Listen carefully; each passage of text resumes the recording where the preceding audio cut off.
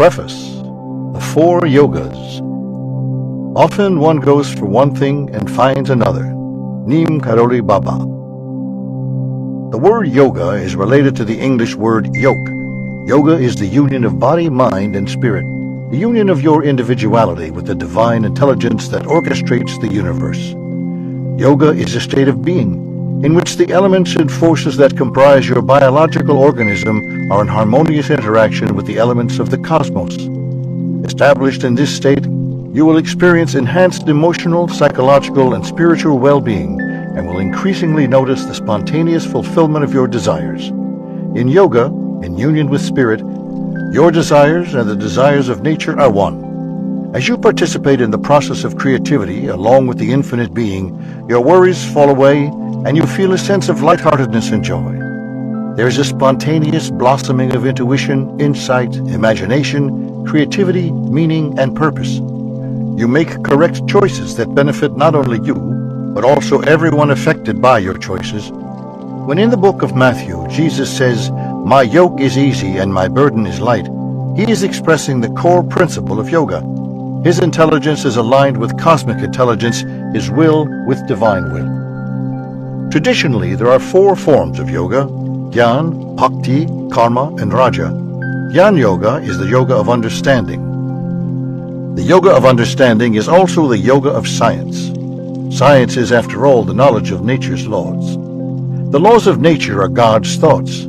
Science is God explaining God to God through a human nervous system. Science is not an enemy of spiritual awakening, but rather a potentially helpful friend. Today's science reveals to us the mysterious non-local domain where everything is instantly correlated with everything else, where time, space, matter, energy, and information resolve into a field of pure potentiality. This is the realm where the immeasurable potential of all that was, all that is, and all that will be manifests and differentiates into the seer and the scenery, the observer and the observed, the knower and the known. The yoga of understanding has been referred to in the Upanishads as the razor's edge, and we are cautioned to tread carefully on this path. As we gain understanding of the laws of nature, we run the risk of arrogance. Arrogance inflates the ego, and the ego overshadows the spirit. The original sincere quest for discovery leads to an alienation from the very source with which intimacy was sought. Truly great scientists are known for their humility, for even as they explore and unravel the secrets of the unknown looms larger and becomes ever more mysterious. Humility leads to wonder, which leads to innocence. The return of innocence invites us to enter the luminous mystery of life and surrender to it. The yoga of knowledge can be a wonderful path if we are mature enough to understand that there are seductive temptations that may entrap us for a while in diversions of the intellect. The second yoga is Bhakti, the yoga of love and devotion. Bhakti is love of God, but also the expression and blossoming of love in all your relationships. The divine light of God resides in all that is alive, or for that matter, even that which we consider inanimate. Through our relationships with others, we discover our higher self. As we embark on this journey, we may go through stages of attraction, infatuation, communion, intimacy, surrender, passion, and ecstasy, until ultimately we once again arrive at the source of love and the source of life. The yoga of love is a wonderful path, but we must not confuse love with self-absorption, self-importance, or self-pity.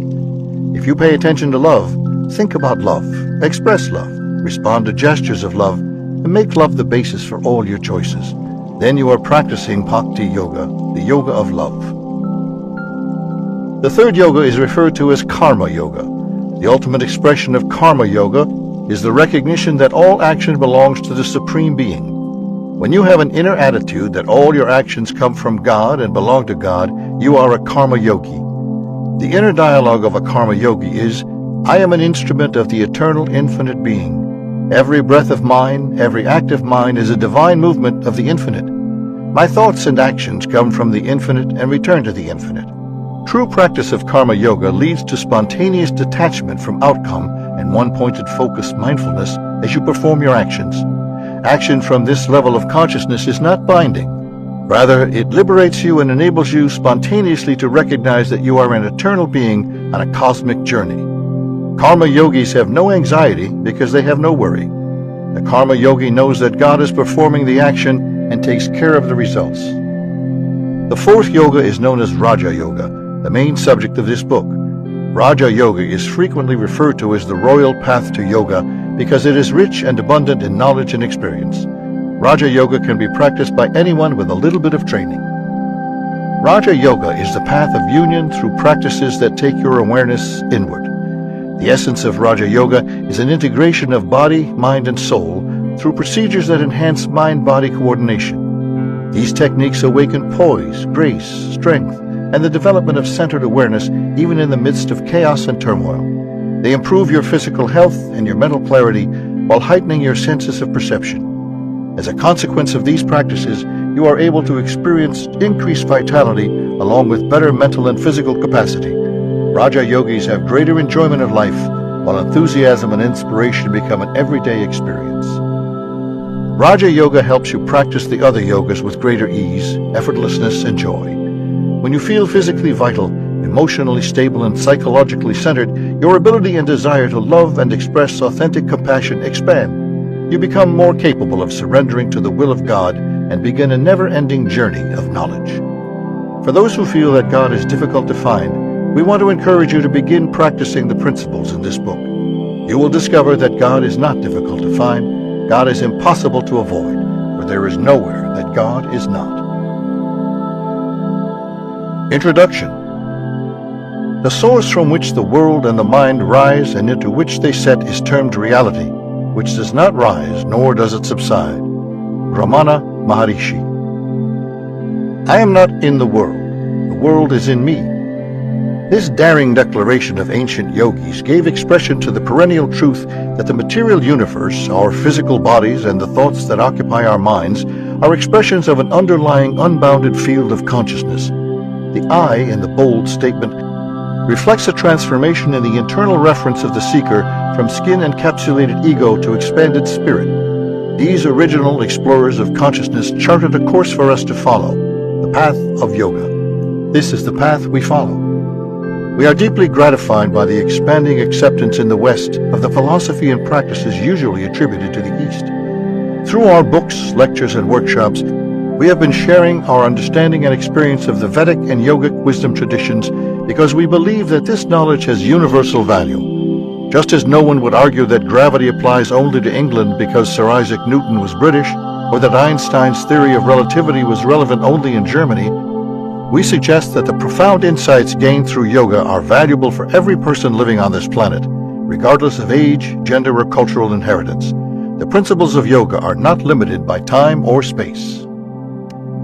As the human inhabitants of our world increasingly recognize themselves as members of a global village, ideas that were rejected by all but a few wild inner space explorers 30 years ago are now resonating in our collective awareness.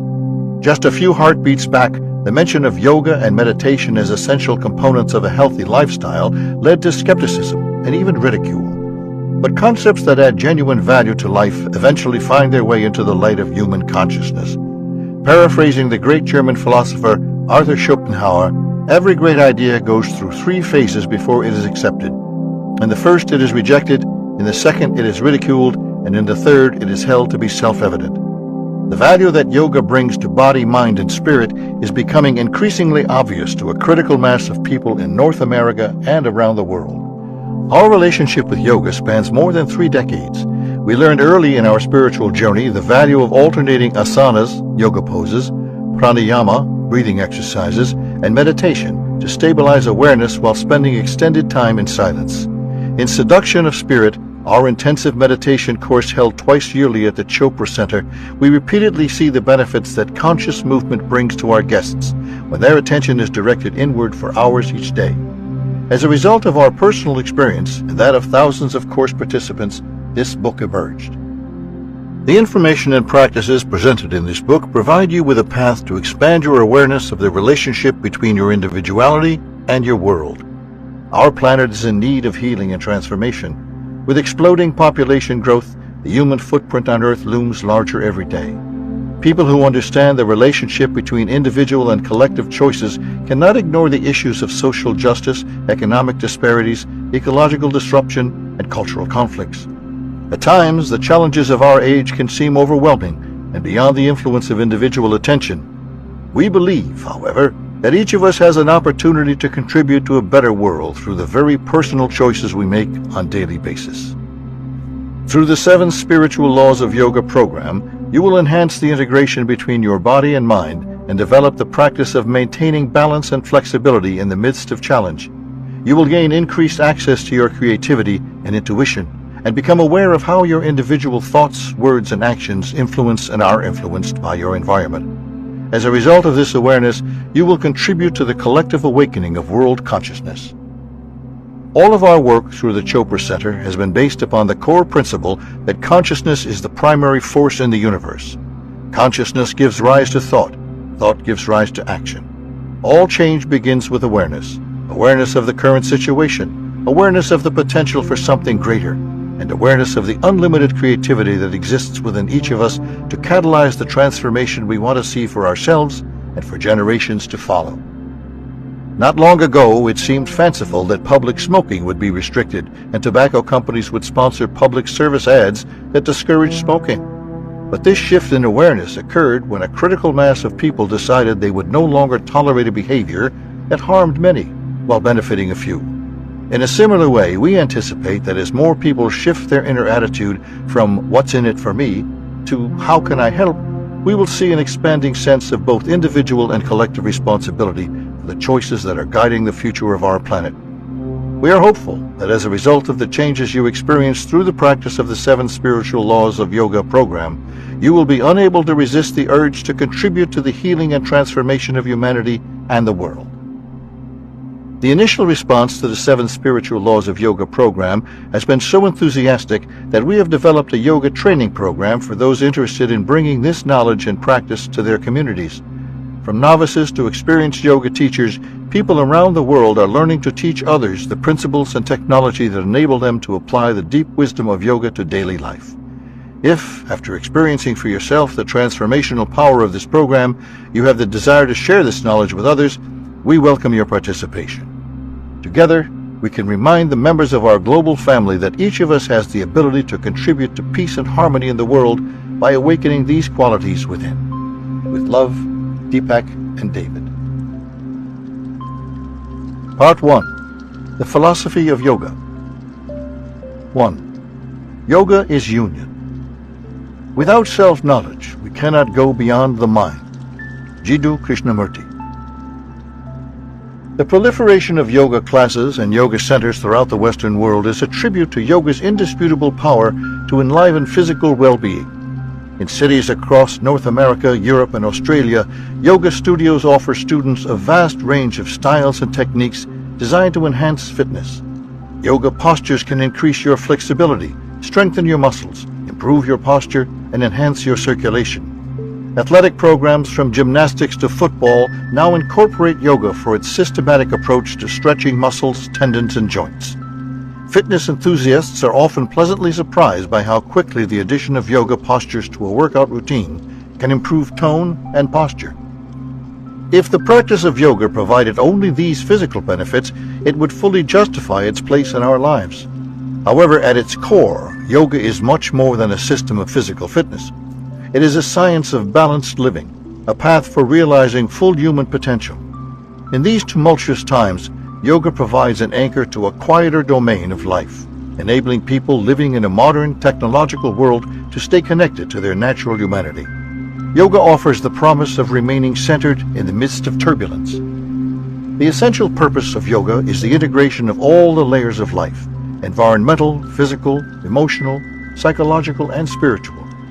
The word yoga is derived from the Sanskrit root yuj, which means to unite. It is related to the English word yoke. A farmer yoking 2 oxen to pull his plow is performing an action that hints at the essence of a spiritual experience. At its core, yoga means union, the union of body, mind, and soul, the union of the ego and the spirit, the union of the mundane and the divine. The 7 Spiritual Laws in Action. The 7 Spiritual Laws of Yoga program will raise your level of physical vitality, clear emotional blockages from your heart, and awaken your joyfulness and enthusiasm for life. Since its release in 1994, Deepak's book, The 7 Spiritual Laws of Success, has improved the lives of millions of listeners around the world. Through 7 easily understood principles, the 7 spiritual laws of success proclaims that harmony, happiness, and abundance are available to anyone willing to embrace a consciousness-based approach to life. Our yoga program brings the 7 laws into action through the principles and techniques of a consciousness-based practice. We celebrate the rising popularity of yoga in the Western world.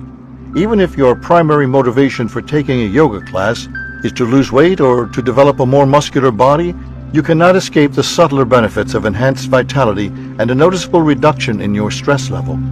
Yoga is a practical system to awaken human potential. It does not require you to believe in a set of principles in order to reap its benefits. On the contrary, the regular practice of yoga naturally generates a healthy belief system based on your direct experience of the world through a more flexible nervous system. Perform yoga poses on a regular basis and your mind and emotions will change. Yoga is a central component of the comprehensive system of Indian philosophy known as Vedic science. With roots in the Indus Valley civilization going back over 5,000 years, the Vedas represent the poetic cognitions of enlightened sages on the origins of the universe and the evolution of life. The English word wisdom traces its origins to the primitive Germanic word vid, meaning to know. Vid, in turn, is derived from the Sanskrit word Veda, meaning external knowledge. The Vedas are the expression of perennial wisdom, and yoga is the practical aspect of Vedic science. Yoga is a system through which human beings can directly access the wisdom of life. Practitioners of yoga, yogis, are dynamic and creative forces for positive change. A yogi knows that his mind and body are in the ever-changing world, but his essence, his soul, resides in a dimension that is beyond change. The 7 Spiritual Laws of Yoga program is designed for those who wish to take their yoga practice to a deeper level, using their bodies to access more expanded levels of their minds. This is the time-honored value of yoga, to cultivate an inner state of centered awareness that cannot be disturbed by the inevitable turmoil of life. Layers of life. People are complex and multifaceted beings with many rich layers.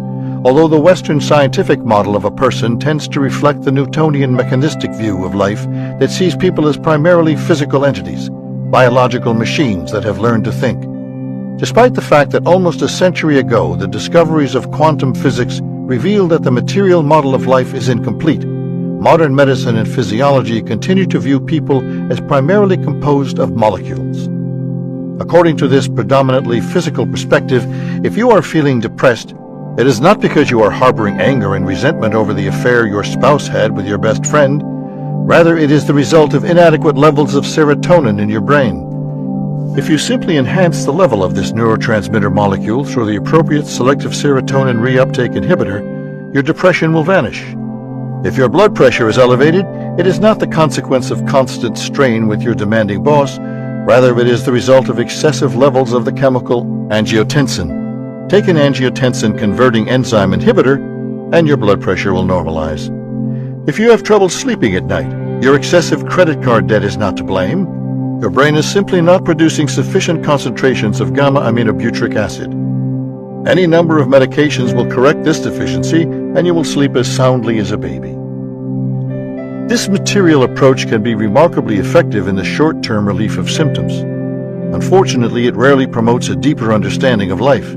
It rarely leads to healing and transformation, and the side effects of medications are often limiting. Expanding the vision of life beyond a purely biochemical perspective, yoga reminds us that we live life simultaneously on many levels. The essence of yoga is to find the unity in the diversity of our multidimensionality. Throughout the centuries, great yoga teachers have awakened their contemporaries to the fascinating paradox that although to the mind and senses the world is an ever-changing experience, from the perspective of spirit, the infinite diversity of forms and phenomena is simply the disguise of an underlying non-changing reality. Adi Shankara, the sage of sages. One of the most influential teachers of the philosophy of yoga and Veda was the 9th century sage Adi Shankara. Known as the greatest revivalist of Vedic science, he elegantly elaborated the layers of life that mask the essential spiritual self. Born in AD 805, Shankara is said to have been fluent in Sanskrit by the age of 1 and to have mastered all sacred literature by age 8. He began writing his own commentaries on the Vedas by age 15 and was recognized as the leading authority on yoga by the time he turned 20. He established seats of learning throughout India with one goal in mind: to help human beings overcome their suffering through the wisdom of life. His approach to truth was called Advaita, meaning non-dualism. The essence of Shankara's teaching is that one underlying field of intelligence manifests as the multiplicity of forms and phenomena that we call the physical universe. It is helpful to recognize the disguises consciousness dons so you can see through to the underlying reality. This is the great game of hide and seek that spirit plays with us. The non-local field of awareness gives rise to the sensory world that overshadows our experience of the underlying unity. At some point, we recognize that the world of sensations alone cannot bring us genuine peace or happiness, so we begin our journey of uncovering the layers that mask our essential unbounded nature. Shankara calls these various layers koshas, meaning coverings, and he categorized them into three primary divisions: a physical body, a subtle body, and a causal body. We can also say body, mind, and soul. Let's explore each of these primary divisions and their three secondary layers. The physical body, the field of molecules. Within your physical domain, you have an extended body, a personal body, and an energetic body. Your extended body is the environment containing the never-ending supply of energy and information that is available to you. Every sound, sensation, sight, flavor, and aroma you ingest from the environment influences your body and mind. Although your senses may tell you otherwise, there is no distinct boundary between your personal and extended bodies, which are in constant and dynamic exchange. Each breath that you inhale and exhale is a reminder of the continuous conversation taking place between your physical body and your environment. The layers of life. This recognition requires you to take responsibility for what is happening in your environment. As a yogi, you are an environmentalist because you recognize that the rivers flowing through the valleys and those flowing through your veins are intimately related. The breath of an old-growth forest and your most recent breath are inextricably intertwined. The quality of the soil in which your food is raised is directly connected to the health of your tissues and organs. Your environment is your extended body. You are inseparably interwoven with your ecosystem. Of course, you do have a personal body that consists of the molecules that temporarily comprise your cells, tissues, and organs. We say temporarily because although it appears that your body is solid and constant, it actually is continuously transforming. Scientific studies using radioisotope tracings convincingly show that 98% of the 10 trillion quadrillion 10 to the 28th atoms in your body are replaced annually. Your stomach lining recreates itself about every 5 days. Your skin is made anew every month, and your liver cells turn over every 6 weeks. Although your body appears to be fixed and stable, it is continually metamorphosing. The vast majority of the cells in your body are derived from the food you eat. Recognizing this, Shankara named the physical body Annamaya Kosha, meaning the covering made of food. To create and maintain a healthy body, yogis pay attention to the food they consume, minimizing the toxicity they ingest while maximizing the nourishment they receive. Certain foods are said to be particularly conducive to a yogic lifestyle. These foods are known as sattvic, which means they contribute to the purity of the body. The four most sattvic foods revered by yogis are almonds, honey, milk, and ghee, clarified butter. Getting a daily dose of these foods benefits the body, mind, and soul of a person dedicated to creating greater mind-body integration. When acknowledging the relationship between your personal and extended bodies, be certain to consume only organic dairy products. Shankara called the third layer of the physical body Pranamaya Kosha, meaning the sheath made of vital energy. There is a difference between the cells of a corpse and the cells of a vibrant living being. This organizing principle that breathes life into biochemicals is called prana. There are 5 seats of prana in the body, localized in the head, throat, heart, stomach, and pelvis.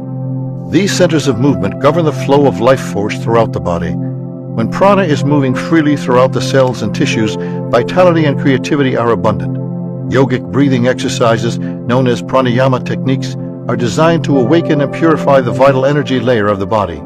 We'll be exploring these powerful approaches in Chapter 4. The subtle body, the mind field. Most people identify themselves with their mind, intellect, and ego, which are the components of the subtle body. The 17th century philosopher René Descartes is famous for his statement, cogito ergo sum, meaning I think, therefore I am. People continue to believe that they are their minds, but Shankara encourages us to recognize that the components of our subtle body are simply coverings of the soul. According to this framework, the mind is the repository of sensory impressions. When you hear a sound, feel a sensation, see a sight, taste a flavor, or smell a fragrance, the sensory experience registers in your consciousness at a level of your being called manomaya kosha. The mind cycles through different states of consciousness, and your sensory experiences change with these changing states. The impressions that enter your awareness during a waking state are different from those generated during dreaming. Yoga reminds us that reality is different in different states of consciousness, different filters of the mind layer. The second layer of the subtle body is the intellect, known as buddhimaya kosha. This is the aspect of mind that discriminates. Whether you are trying to decide what kind of toothpaste to purchase, which partner to choose, or what house to buy, your intellect is at work, attempting to calculate the advantages and disadvantages of every choice you make. This layer integrates information based upon your beliefs and feelings to come to a decision. According to yoga, the ultimate purpose of this intellectual layer is to distinguish the real from the unreal. The real is that which cannot be lost, whereas the unreal is anything that has a beginning and end to it. Knowing the difference is the essence of yoga. The third layer of the subtle body is the ego. The ego is known in yoga as ahankara, which means the I former. According to Shankara, the ego is that aspect of your being that identifies with the positions and possessions of your life. It is ultimately your self-image, the way you want to project who you are to yourself and to the world. The ego is the boundary maker that attempts to assert ownership through the concepts of I, me, my, and mine. The ego seeks security through control and often has a deep-seated need for approval. Most emotional pain is the result of your ego being offended because something that it believed it had control over was actually outside your jurisdiction. It is easy to become lost in the subtle body with its attachments to roles, relationships, and objects, but Shankara encourages us to go deeper. Letting go of the body and letting go of the mind open the possibility of experiencing an aspect of your being that is beyond your usual limitations. This is the realm of spirit, which Shankara called the causal body. The causal body, the field of pure potentiality. According to yoga, underlying the field of molecules we call the physical body and the field of thoughts called the subtle body is a realm of life known as the causal body or the domain of spirit. Although we cannot perceive or measure this sphere of life, it gives rise to our thoughts, feelings, dreams, desires, and memories, as well as to the molecules that make up our bodies and the material world. Like the physical body and the subtle body, the causal body has three layers. The personal domain of spirit is the layer where the seeds of memories and desires are sown. According to Shankara, each person arrives on this planet with a specific purpose and a unique set of talents. Given the right environment, the seeds sprout and you become capable of expressing your gifts in the world. Although the modern material model of life suggests that their genes determine people's talents, we only have to look at identical twins to realize that the same molecular structure does not determine an individual's nature. Pregnant mothers report that even in the womb, different babies express different tendencies. According to Shankara, every individual has a personal soul with its unique memories and desires.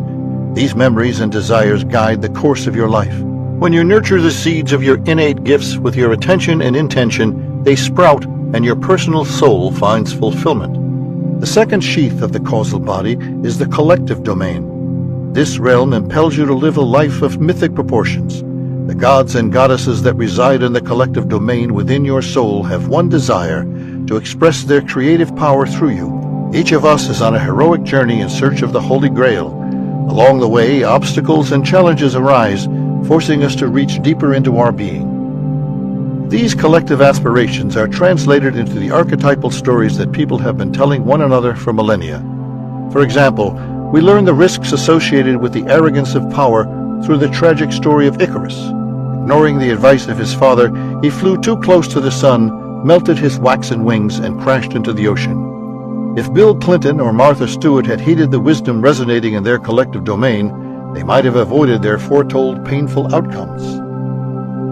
A woman who closes down when a relationship becomes too intimate is living the myth of Daphne, who, overwhelmed by the pursuit of Apollo, is transformed into a laurel tree. A young man seeking to re-establish a formerly successful family business is reenacting the story of Jason and the Argonauts. The stories unfolding in our lives and those around us are perennial stories. The mythic gods and goddesses are alive and well within our collective domain. We can see the expression of Queen Juno in the powerful women of our era: Margaret Thatcher, Golda Meir, Hillary Clinton. The goddess of nature, Diana, shows her modern face through Jane Goodall and Julia Butterfly Hill. Venus made her most direct appearance via Marilyn Monroe, while Dionysius, the god of intoxication and excess, has a tendency to show up in the stream of people who require stays at the Betty Ford Clinic. You are a living story. Become aware of the stories you tell about yourself and your world. Participate consciously in the writing of the next chapter of your life. Yoga encourages you to expand your sense of self to embrace the collective domain of your soul. This is where the deepest aspirations of humanity find fulfillment through the perennial stories we tell ourselves and our children. According to Shankara, the deepest aspect of your being is beyond time, space, and causality, yet gives rise to the manifest universe. This is the universal domain of spirit, in which all distinctions merge in unity.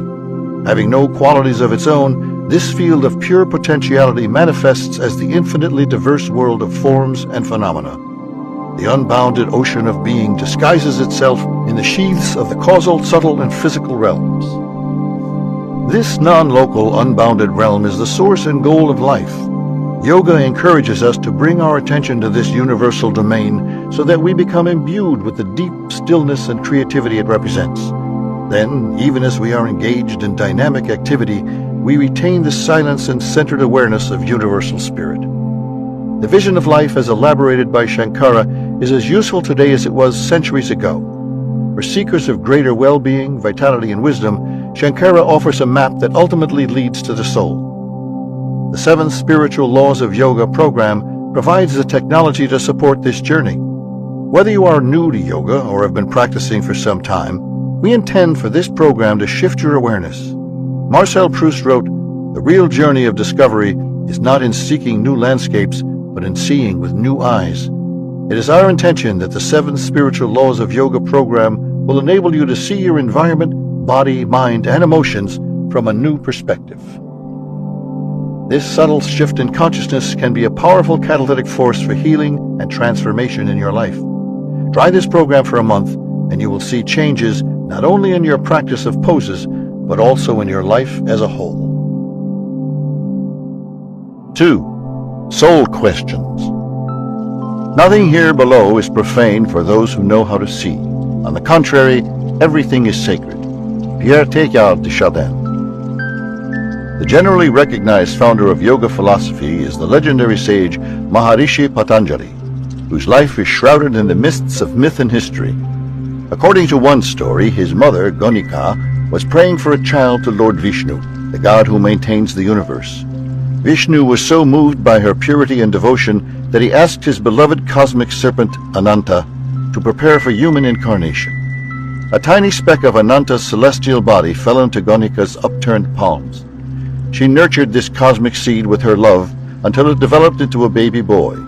She named her child Patanjali, from the word Pat, meaning descended from heaven, and Anjali, the word for her praying posture. This being, whose life historians date back 2 centuries before the birth of Christ, elaborated the principles of yoga for the benefit of humanity. In his classic work, the Yoga Sutras, Patanjali sets the goal of yoga as nothing short of total freedom from suffering. To fulfill this worthy intention, Patanjali elaborated the 8 branches of yoga. Each of these components of yoga helps you shift your internal reference point from constricted to expanded consciousness. As you move from local to non-local awareness, your internal reference point spontaneously transforms from ego to spirit, which enables you to see the bigger picture when facing any challenge. According to Patanjali, whenever we are solely identified with our ego, we bind ourselves to things that do not have permanent reality. This may be attachment to a relationship, a job, a body, or a material possession. It may be attachment to a belief or an idea of the way things should be. Whatever the object of attachment is, the binding of your identity to something that resides in the world of forms and phenomena is the seed cause of distress, unhappiness, and illness.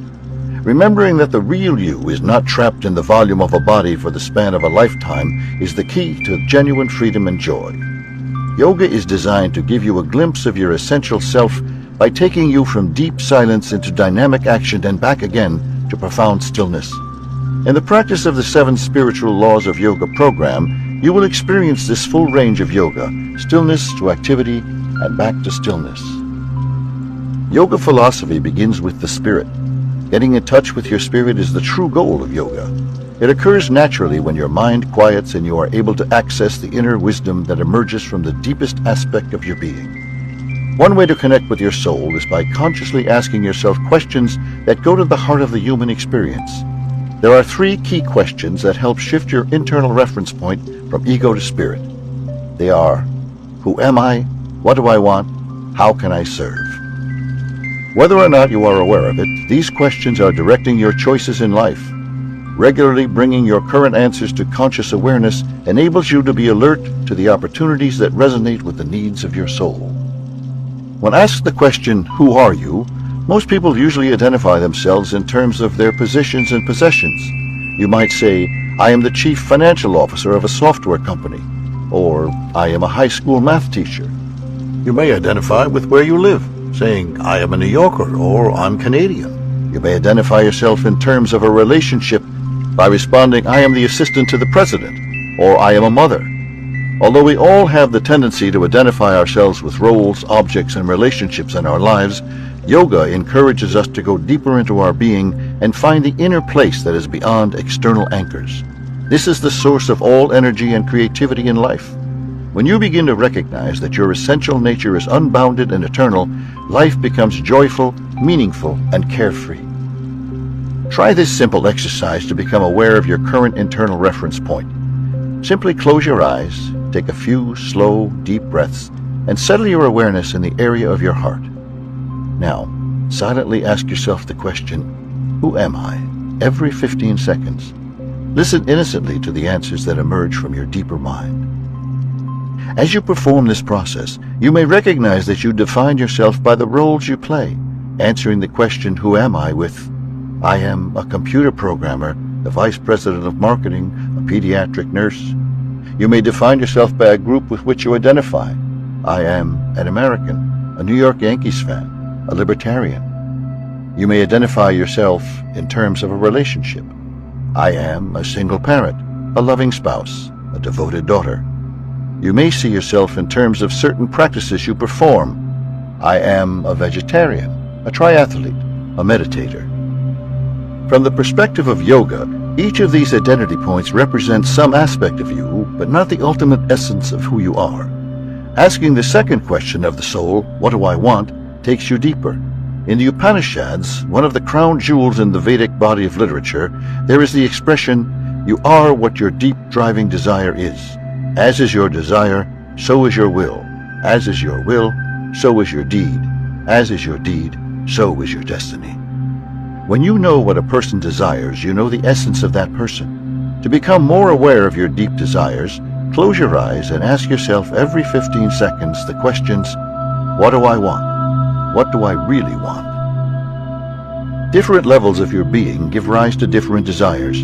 Your physical body has intrinsic needs for food, water, oxygen, and sexual gratification. Listening to the desires of your body and providing nourishing fulfillment ensure health and vitality. Your subtle body has needs for emotional connection, achievement, and recognition. Expressing your talents and honoring the contributions made by others ensure the health and well-being of your subtle body. Your causal body has the need for creative expression and renewal. It has the need for unity to predominate over diversity, for expansiveness over restriction. The spiritual journey is one of fulfilling the needs of the flesh, the needs of the mind, and the needs of the spirit. When you are willing to pose the question to yourself, what do I really want? You are asking what level of your being is expressing a need. Listen to the answers that arise from within you and write them down. Watch how over time your desires become fulfilled or are transformed in different expressions. Whether they are satisfied or change, new desires will arise to fill the void. Become conscious of the forces that drive your choices, and you will become more intimate with your essential nature. This will deepen your connection to your soul, which is the goal of yoga. As you become increasingly conscious of your identity and your desires, ask yourself the third soul question: how can I serve? Again, close your eyes, bring your attention into the area of your heart, and ask yourself these questions, listening to the responses that emerge from a deeper aspect of your being. How can I serve? How can I be of service? How can I help? How can I best serve? The inner dialogue of the subtle body revolves around the questions: what do I get out of this? What's in it for me? As your inner reference point expands to embrace your causal body, your inner dialogue shifts to how can I help? As your sense of self expands, your compassion proportionately increases, and you naturally find yourself caring about how your choices influence those around you. Yogic sages would agree that the first century Rabbi Hillel's questions are worth asking. If I am not for myself, who will be for me?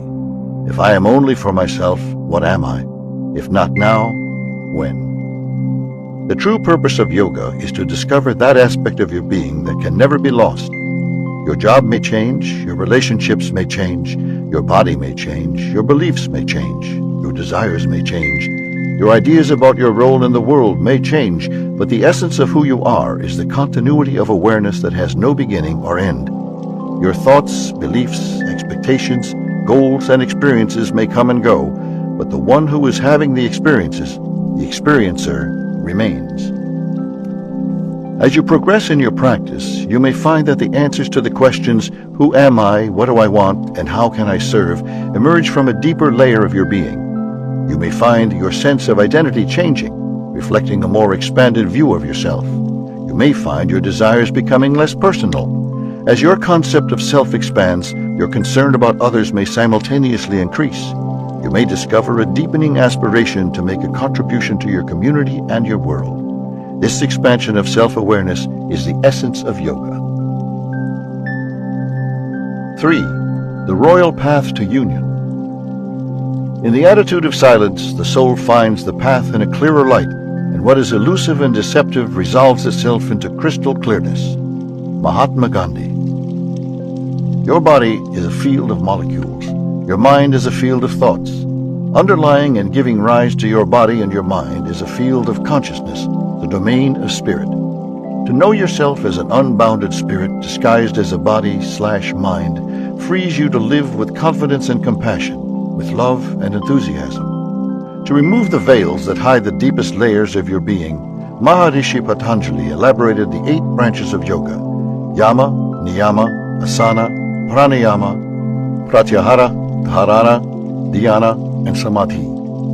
They are sometimes referred to as the 8 limbs, ashtanga, of yoga, but they are not to be seen as sequential stages. Rather, they serve as different entry points into an expanded sense of self through interpretations, choices, and experiences that remind you of your essential nature. These are the components of Raja Yoga, the royal path to union. Let's review each of them in some detail. The first branch of yoga, yama. Yama is most commonly translated as the rules of social behavior. They are the universal guidelines for engaging with others. The yamas are traditionally described as 1. Practicing nonviolence, 2. Speaking truthfully, 3. Exercising appropriate sexual control, 4. Being honest, 5. Being generous. All spiritual and religious traditions encourage people to live ethical lives. Yoga agrees, but concedes that living a life in perfect harmony with your environment is difficult from the level of morality. Through a prescribed set of shoulds and should nots, Patanjali describes the yamas as the spontaneously evolutionary behavior of an enlightened being. If you recognize that your individuality is intimately woven into the fabric of life, that you are a strand in the web of life, you lose the ability to act in ways that are harmful to yourself or others. You adhere to the rules of social conduct because you are behaving from the level of spontaneous right action. This state of behaving in accordance with natural law is called Kriya Shakti. Although the Sanskrit words Kriya and Karma both mean action, Kriya is action that does not generate reaction, as opposed to karma, which automatically generates proportionate consequences. There are no personal consequences when you are acting from the level of Kriya Shakti because you do not generate any resistance.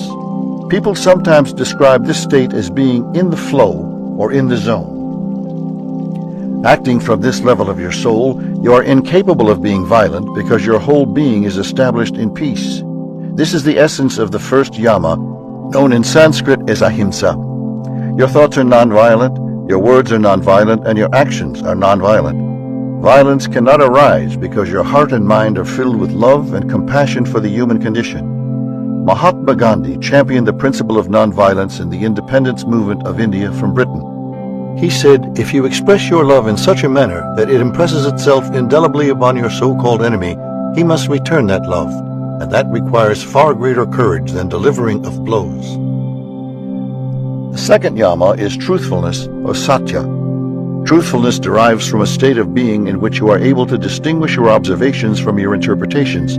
You accept the world as it is, recognizing that reality is a selective act of attention and interpretation. Recognizing that truth is different for different people, you commit to life-supporting choices that are aligned with an expanded view of self. Patanjali described truth as the integrity of thought, word, and action. You speak the sweet truth and are inherently honest because truthfulness is an expression of your commitment to a spiritual life. The short-term benefits of distorting the truth are outweighed by the discomfort that arises from betraying your integrity. Ultimately, you recognize truth, love, and God to be different expressions of the same undifferentiated reality. Brahmacharya, the third yama, is often translated as celibacy. We believe this is a limited view of this yama. The word is derived from achara, meaning pathway, and Brahman, meaning unity consciousness.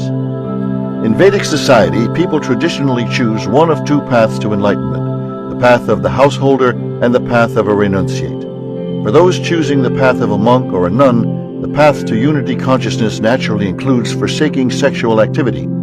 For the vast majority of people choosing the householder path, Brahmacharya means rejoicing in the healthy expression of sexual energy.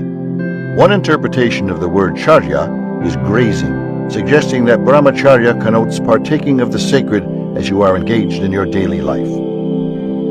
The essential creative power of the universe is sexual, and you are a loving manifestation of that energy. Seeing the entire creation as an expression of the divine impulse to generate, you celebrate the creative forces. Brahmacharya means aligning with the creative energy of the cosmos. Ultimately, as your soul makes love with the cosmos, your need to express your sexuality may be supplanted by a more expanded expression of love. The fourth yama, asteya, or honesty, means relinquishing the idea that things outside yourself will provide you security and happiness. Asteya is being established in a state of non-grasping. Lack of honesty almost always derives from fear of loss of money, love, position, power. The ability to live an honest life is based upon a deep connection to spirit. When inner fullness predominates, you lose the need to manipulate, obscure, or deceive. Honesty is the intrinsic state of a person living a life of integrity. According to yoga, life-supporting evolutionary behaviors are the natural consequence of expanded awareness.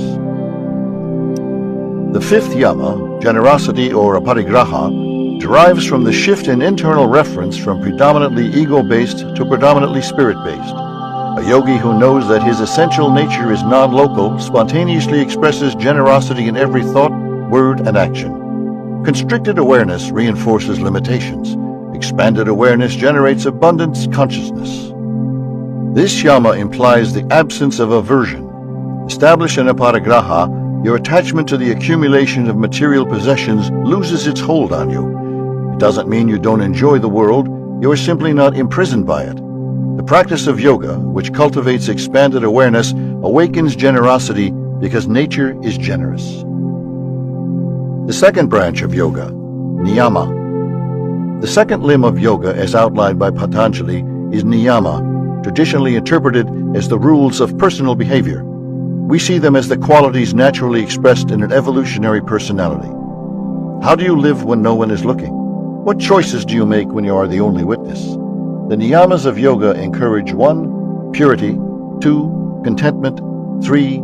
Discipline, 4. Spiritual exploration. 5. Surrender to the divine. Again, these qualities do not arise by making a mood of moral self-righteousness, but they emerge as a result of a person living a natural, balanced life. H.G. Wells said, "Moral indignation is jealousy with a halo," and yoga would agree. Like ideal social conduct, evolutionary personal qualities derive from your connection to spirit. Focusing on the first niyama, purity, or sucha, adds no value to life if it encourages a judgmental mindset, but it is of great value if you see your choices in terms of nourishment versus toxicity. Your body and mind are constructed from the impressions that you ingest from the environment. The sounds, sensations, sights, tastes, and smells carry the energy and information that are metabolized into you. Yoga encourages you to consciously choose experiences that are nourishing to your body, mind, and soul. Contentment, or santosha, the second niyama, is the fragrance of present moment awareness. When you struggle against the present moment, you struggle against the entire cosmos. Contentment, however, does not imply acquiescence. Yogis are committed in thought, word, and deed to supporting evolutionary change that enhances the well-being of all sentient creatures on this planet. Contentment implies acceptance without resignation. Contentment emerges when you relinquish your attachment to the need for control, power, and approval. Santosha is the absence of addiction to power, sensation, and security. Through the practice of yoga, your experience of the present moment quiets the mental turbulence that disturbs your contentment. Contentment that reflects a state of being in which your peace is independent of situations and circumstances happening around you. The third niyama, tapas, is traditionally translated as discipline or austerity. The word tapas means fire. When the fire of a yogi's life is burning brightly, she is a beacon of light radiating balance and peace to the world.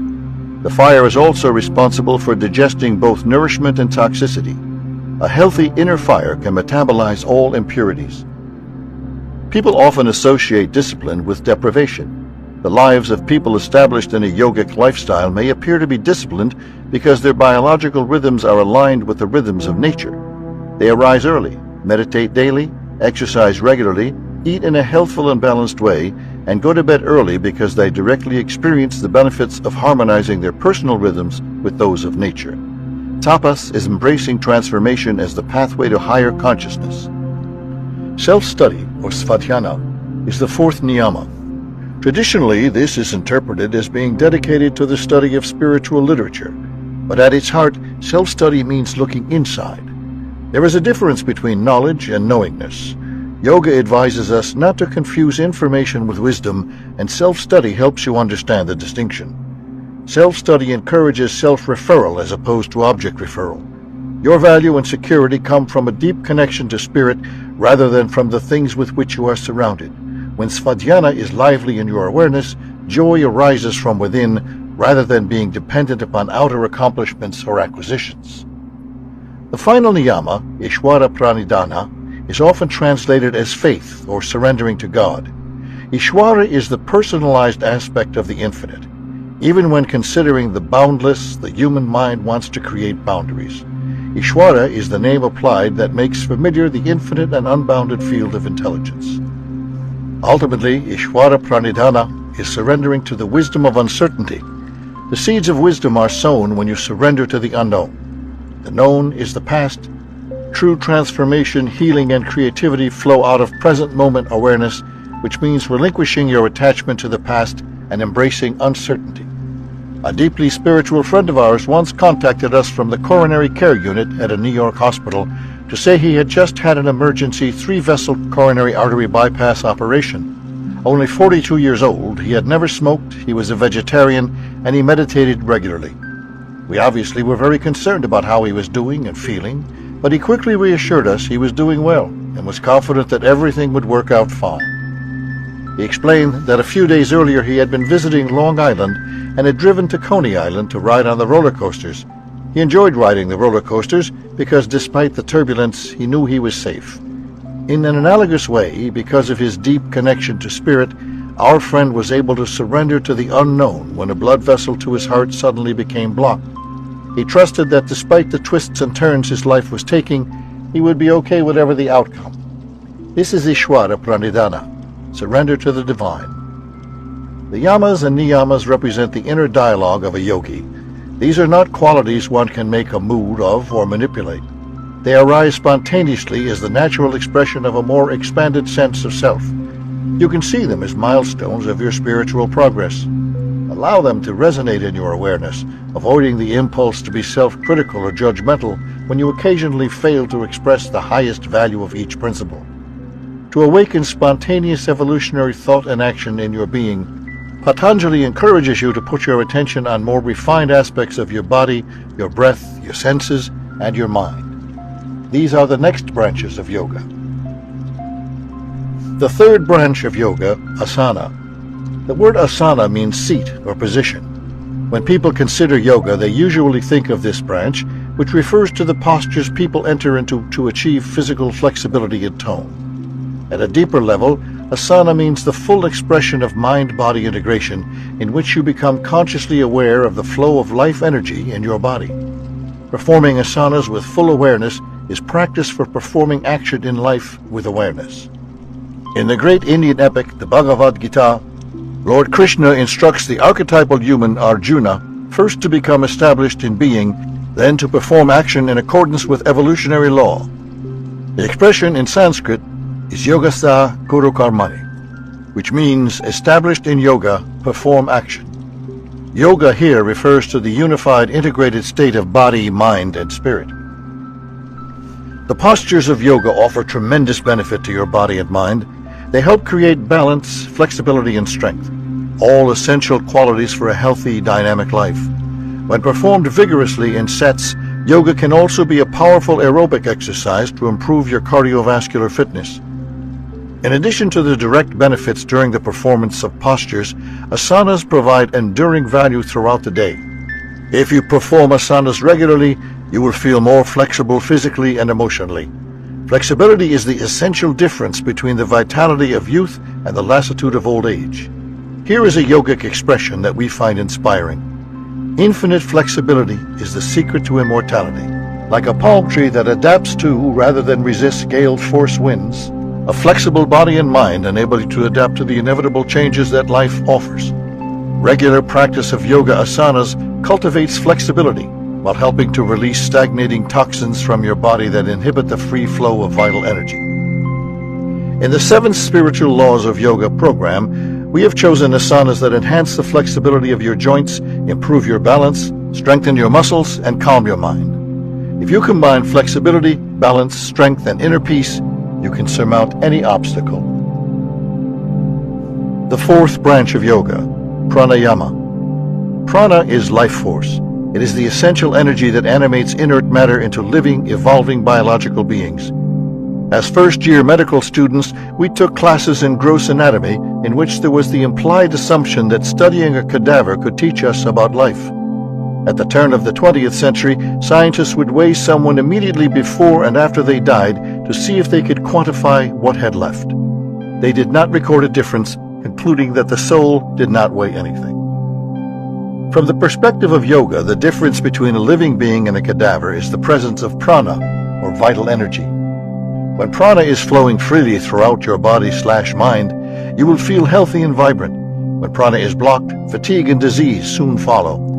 The concept of an animating force is present in every major wisdom and healing tradition. It is known as qi, or qi in traditional Chinese medicine, and ruach in the Kabbalistic tradition. According to Patanjali, a key way to enliven prana is through conscious breathing techniques known as pranayama. Pranayama means mastering the life force. There is an intimate relationship between your breath and your mind. When your mind is centered and quiet, so is your breath. When your mind is turbulent, your breathing becomes disordered. There are a number of classic pranayama breathing exercises that we will discuss in Chapter 4 that are designed to cleanse, balance, and invigorate the body.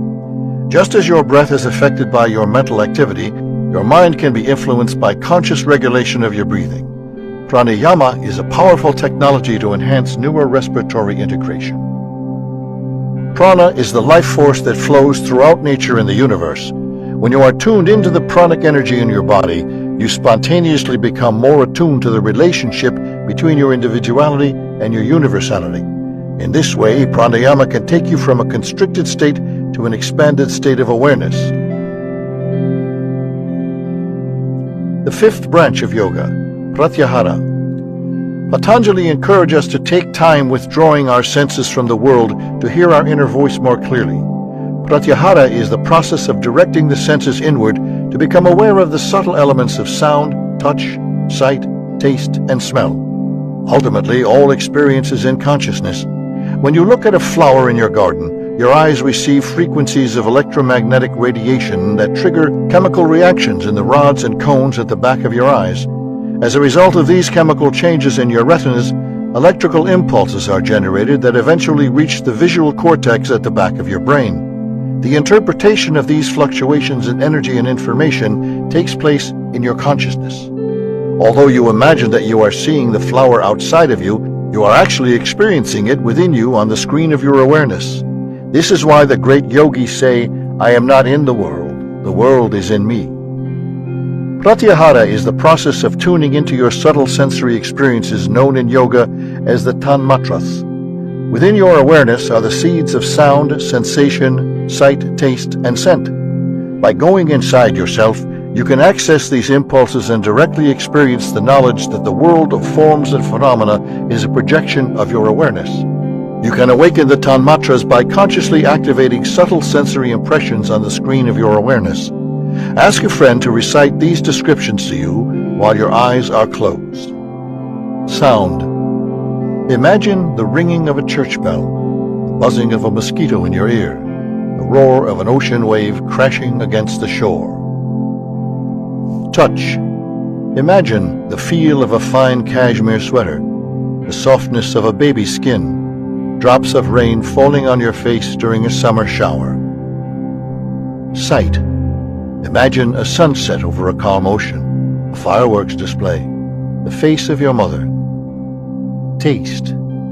Imagine biting into a luscious fresh strawberry, a spoonful of rich chocolate ice cream, a pungent jalapeno pepper. Smell. Imagine the smell of the rich earth after a spring rain, the fragrance of blooming lilacs, the aroma of a bakery. Pratyahara is the process of temporarily withdrawing the senses from the outer world in order to recognize the sensations of your inner world. In a way, pratyahara can be seen as sensory fasting. The word is comprised of prati, meaning away, and ahara, meaning food. If you stay away from food for a while, the next meal you take will usually taste exceptionally delicious. When your senses are withdrawn for a time, you are able to tune into the subtler tastes and smells. Yoga suggests that the same is true for all your experiences in the world. If you take the time to withdraw from the world for a little while, you will find that your experiences are more vibrant. In practice, pratyahara means paying attention to the sensory impulses you encounter throughout the day, limiting to the extent possible those that are toxic and maximizing those that are nourishing to your body, mind, and soul. Choose sounds, sensations, sights, tastes, and smells that inspire you. Be aware of and do your best to reduce situations, circumstances, and people who deplete you of your vitality and enthusiasm for life. When it comes to your yoga practice, pratyahara means defining a space where you are less likely to be distracted by distressing sensations in your environment, such as loud music, blaring television shows, and aggravating arguments, so you can bring your awareness to quieter realms within your consciousness. It means taking time on a daily basis to close your eyes so you can settle into more expanded states of awareness through meditation. The sixth branch of yoga, dharana. Dharana is the mastery of attention and intention. The world at its essential core is a quantum soup of energy and information. What you actually perceive is a selective act of your attention and interpretation.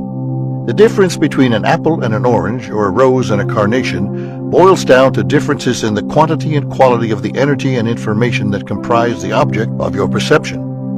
Through your attention and intention, you freeze the energy and information contained in a fragrant, soft-petaled, thorny-stemmed flower and create a multisensory representation in your awareness that you identify as a rose. Without the unique biology of your human nervous system, the concept of a rose would only exist as a potential. Whatever you place your attention on grows in importance to you. Whether your intention is on building a business, becoming physically fit, improving a relationship, or developing a spiritual practice, the object of your attention is enlivened by your awareness and becomes a more predominant force in your life. By learning to value your attention as a precious commodity, you will be able to consciously create well-being and success in your life. An essential component of yoga is refining your attention in order to facilitate healing and transformation in your body/mind.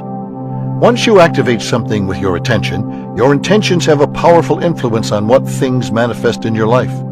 According to yoga, your intentions have infinite organizing power. Your intention may be to heal an illness, create more love in your life, or become more aware of your own divinity.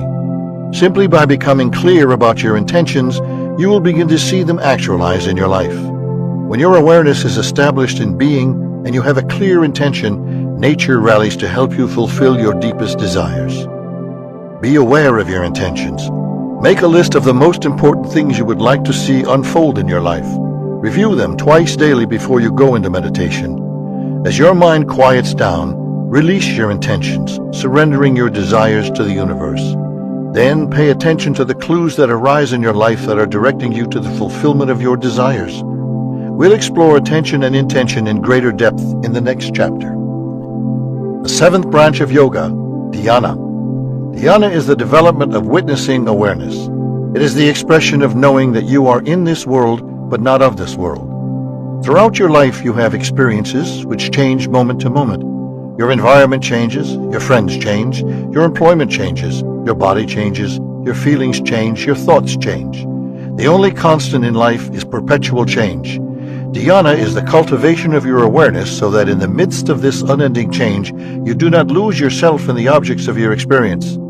Although situations, circumstances, people and things are ever changing in your life, the aspect of you that is witnessing these changes is the essence of your being, your soul. The most direct way to cultivate this state of ever-present witnessing awareness is through meditation, during which you learn to observe the thoughts, feelings, sensations, and sounds that arise in your awareness without needing to react to them.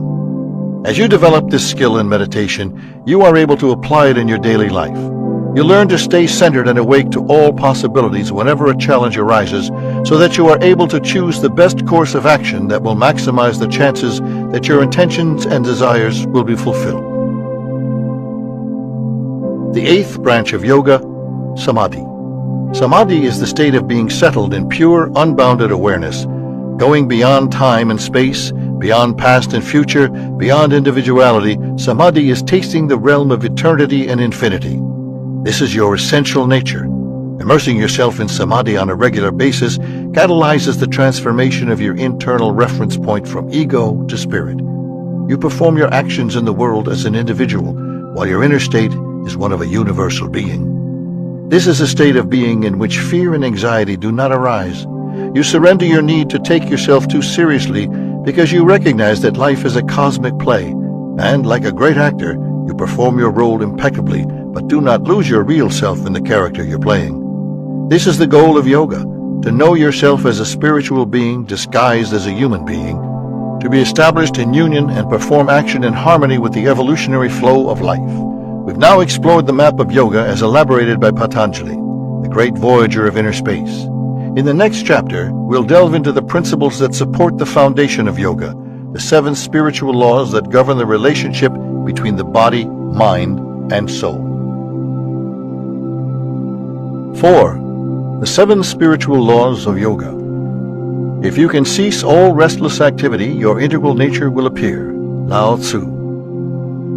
We have reviewed the theoretical frameworks presented by 2 of the greatest yogis the world has known, Shankara and Patanjali. These closely related classic approaches remain as the cornerstones of yoga philosophy. In this chapter, we will apply the 7 spiritual laws of success to the principles and practice of yoga. The 7 spiritual laws of success are the laws of nature applied to the human experience. They are the principles through which the unmanifest becomes the manifest, through which spirit becomes the material universe. We believe there is value in applying the 7 laws to the practice of yoga because the principles that underlie yoga are the principles that support a life of balance, flexibility, and vitality. The practice of yoga is practice for life. Success in yoga provides a template for success in life. The 7 laws are presented in a condensed form with a focus on their application to a yogic practice. Each law is associated with a specific mantra whose vibration resonates with the core principle. We encourage you to review the law of the day each morning when you awaken and each evening before bed for a few minutes. Throughout the day, bring the corresponding mantra into your awareness so that the energy of the law resonates within you. For years, people around the world have begun their days with a review of one of the laws and the intention to implement it throughout the day. We suggest that you focus on the first spiritual law of success on the Sunday of every week. Each subsequent day, put your attention on the next law, ending with the 7th law on Saturday. In this way, you will begin resonating with the millions of other people who are putting their attention on the 7 spiritual laws of success. Let's review each of them as they apply to the practice of yoga.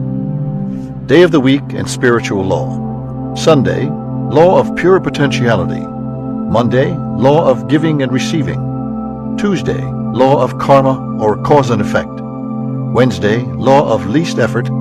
Thursday, law of intention and desire. Friday, law of detachment. Saturday, law of dharma or purpose in life. Law 1, the law of pure potentiality. The first spiritual law of success is the law of pure potentiality, which states that at the core of your being you are pure awareness.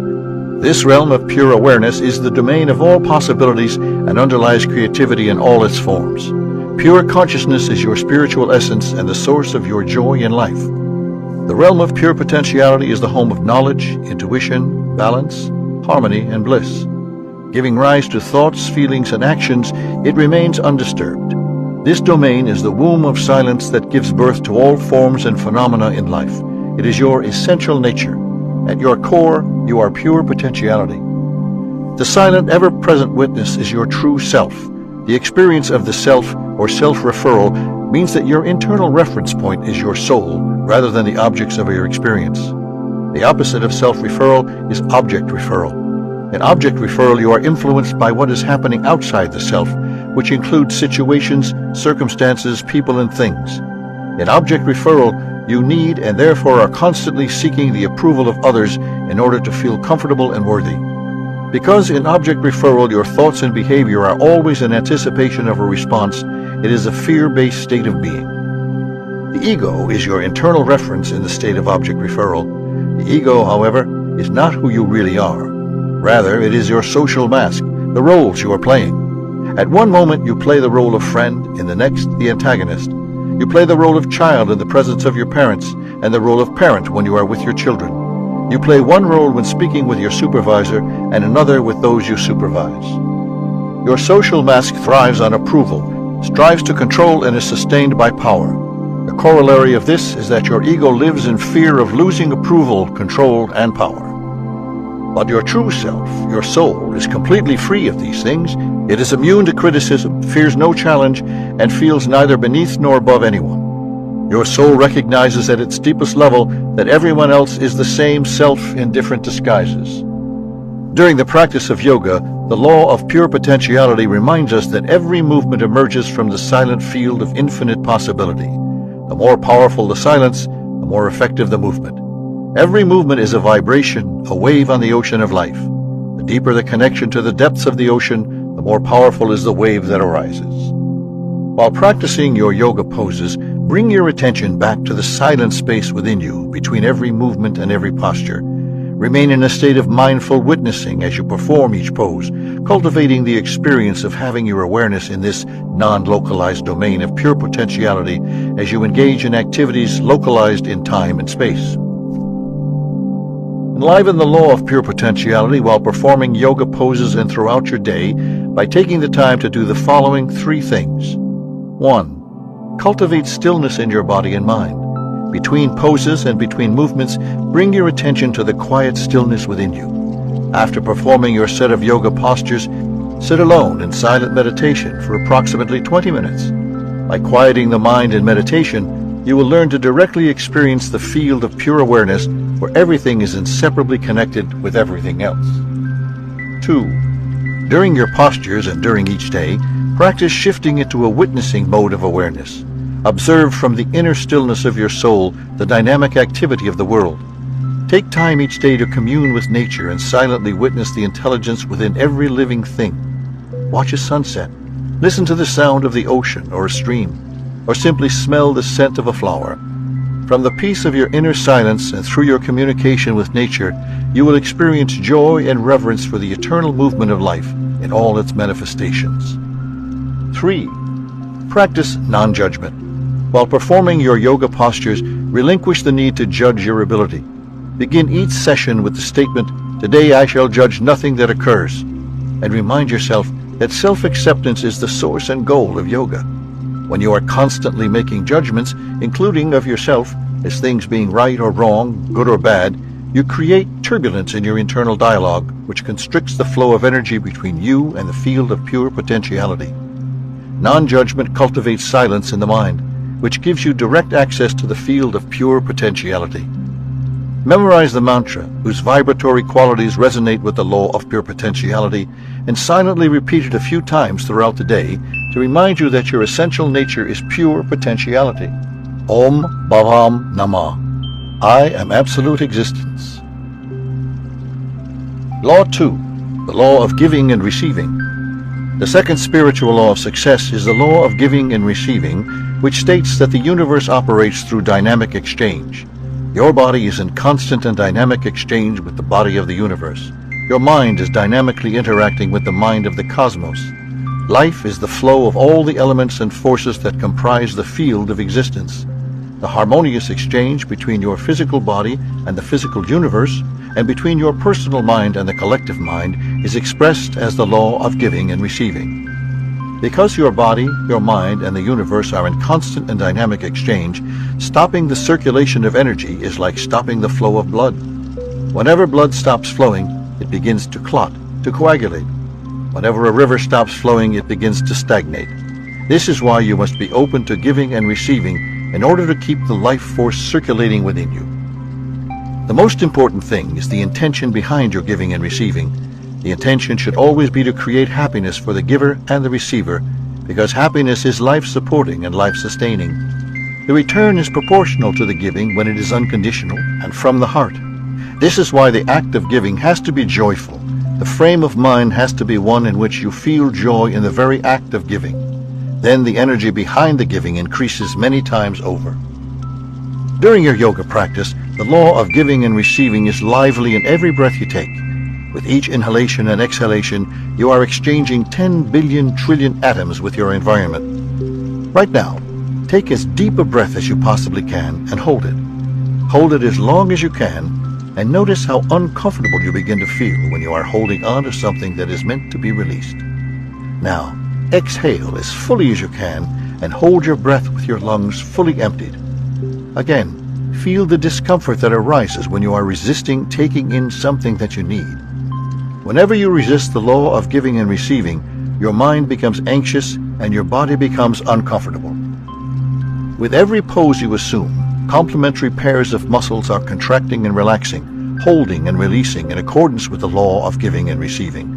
When the life force is flowing freely throughout your body/mind, you are in natural alignment with the generosity and receptivity of the universe. Make the commitment to put the second law of success into effect in your yoga practice by taking the following 3 steps. 1.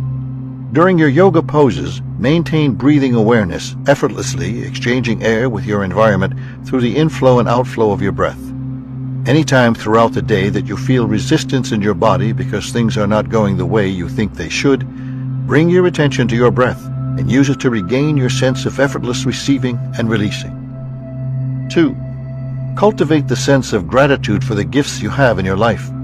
During your yoga practice, tune into the life force that is circulating through your body and be grateful for the opportunity to experience life through a human mind and body. Enjoy the sensation of your body contracting and expanding as you move through your postures. Celebrate your physical manifestation that enables your soul to express its meaning and purpose in life. Celebrate the very improbability of your existence. Our beloved teacher, Brahmananda Saraswati, once said that it might take 1,000,000 incarnations until you gain a human nervous system. If you do not use it to remember and rejoice in your sacred nature, you have traded a diamond for a head of lettuce. 3. During your practice of yoga, have the intention of surrendering to the needs of your body. Rather than forcing your will upon your body to attain a specific pose, practice listening to the needs of your muscles and joints. The impulse to give flows naturally from the experience of gratitude. You will find that through this subtle shift in your attitude, challenging postures are more easily achieved. Outside of your asana practice, have the intention to give something to everyone you come into contact with during the day. It might be a kind word, a compliment, a smile, a prayer, or a small gift. Similarly, be open to receiving the gifts that come to you during the day. They may be gifts from nature, such as the songs of birds, a spring shower, a rainbow, or a beautiful sunset. They may be gifts from people in your life, a warm embrace, a kind gesture, a helpful suggestion. Make the commitment to enliven the law of giving and receiving by taking every opportunity to circulate love, carrying affection, appreciation, and acceptance.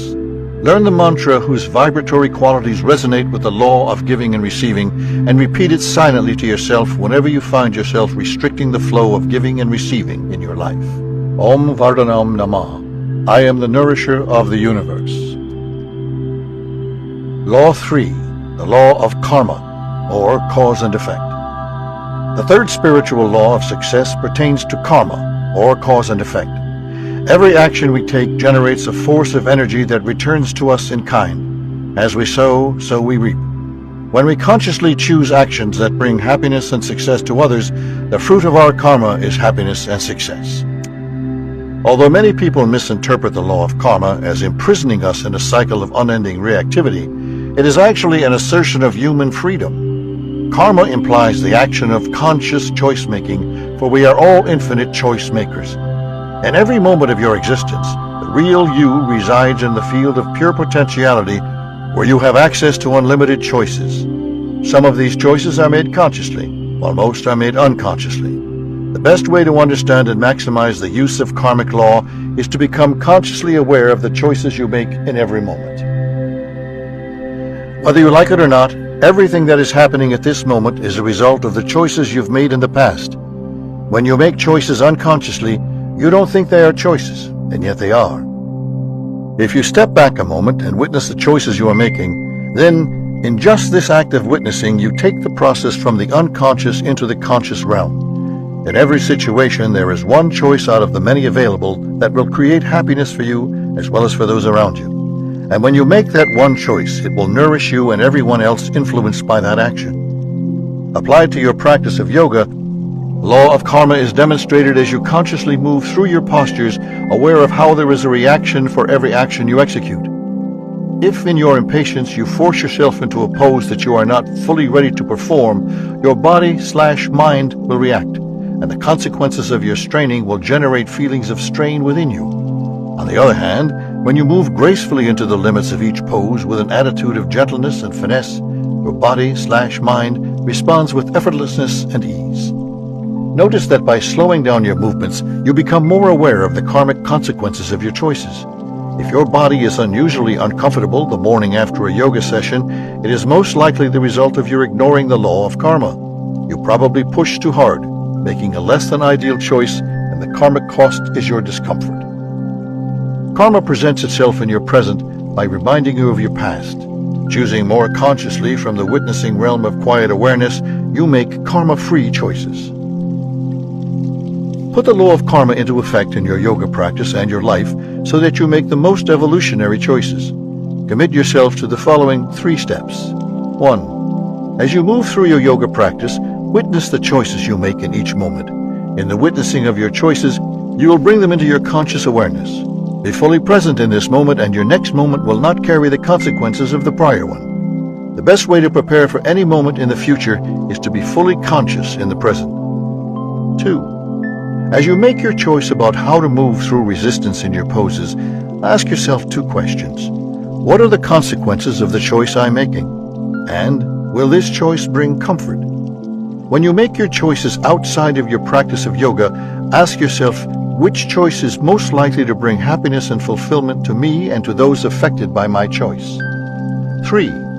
Then listen to your heart for guidance and be guided by its message of comfort or discomfort. Your heart is the junction point between your mind and your body. If the choice feels comfortable in your body, move into it with confidence. If the choice feels uncomfortable, Pause and see the consequences of your action with your inner vision. Honoring the guidance that is provided by your body's intelligence will help you make the most evolutionary choices for yourself and those in your life. Become familiar with the mantra whose vibratory qualities resonate with the law of karma and repeat it to yourself when you are making karmically significant choices. Thinking the mantra will remind you to listen to your body, so your choice will be most likely to provide you with greater comfort and joy. Om Kriyam Namah. My actions are aligned with cosmic law. Law 4. The law of least effort. The law of least effort states that nature's intelligence functions with effortless ease. If you look at the ebb and flow of the tides, the blossoming of a flower, or the movement of the stars, you do not see nature straining. There is rhythm and balance in the natural world, and when you are in harmony with nature, you can make use of the law of least effort by minimizing your effort and maximizing your effect. When a Newtonian model of the world predominated in our collective awareness, the principles of force and effort were dominant. But in our modern era, when quantum physics provides the most comprehensive model of how the universe works, there is no place for force and effort. Rather, timing and finesse are the tools for transformation in a world that is understood as the expression of an underlying field of energy and information. Stated simply, the law of least effort tells us that we can do less and accomplish more. Nature is held together by the energy of love, and least effort is expended when your actions are motivated by love. When your soul is your internal reference point, you can harness the power of love and use the energy creatively for healing, transformation, and evolution. The law of least effort is of immeasurable value during the practice of yoga. Yoga is the antidote to the prescription, no pain, no gain. The greatest benefits of yoga come from relaxing into a pose rather than forcing your body into it. When moving into a flexibility pose, find the point of resistance. Rather than muscling your way through this point, breathe into the resistance, surrender into the resistance, and you will find yourself extending your reach and enhancing your flexibility. Stay present with your full awareness in your body and engage in attitude of surrender. In yoga, as in life, patience is a virtue.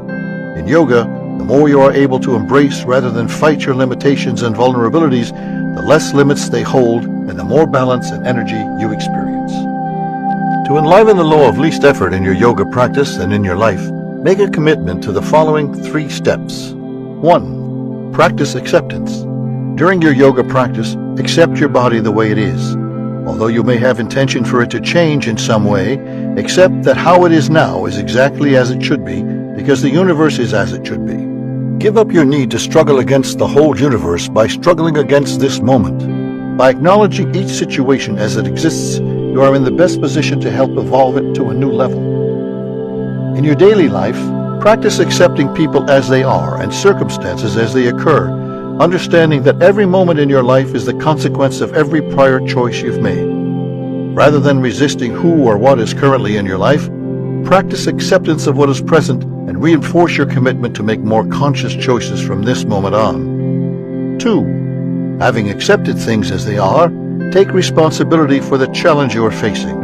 As applied to your yoga practice, this means making the commitment to nurture your body through appropriate exercise and nutrition. If you are seeking to change your body in a positive way, taking responsibility does not mean indulging in blame for the state of your body now. Remember that every challenge is an opportunity in disguise, and this alertness to opportunity allows you to take this moment and transform it for greater benefit.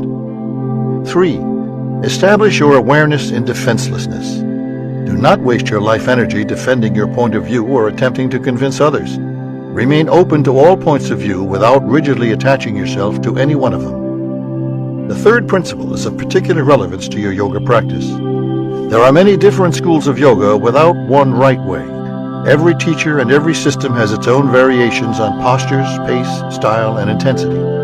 As a system dedicated to awakening flexibility in body, mind, and spirit, yoga can accommodate and celebrate the many diverse approaches that have developed over past centuries. Experiment for yourself with different approaches and find the style that best fits with your needs at a given time of your life. The right yoga system for you is the one that enhances your vitality and flexibility. Commit yourself to the law of least effort, and you will cease wasting your vital energy in friction and conflict. Liberated, this energy becomes available to you for creativity, personal growth, and healing. Whenever you find yourself forcing an outcome that is not ready to manifest, remember the law of least effort. Introduce the mantra that resonates with the principle that you can accomplish more by doing less if you are not wasting energy by struggling and straining. Om Daksham Namah. My actions achieve maximal benefit with minimal effort. Law 5. The law of intention and desire.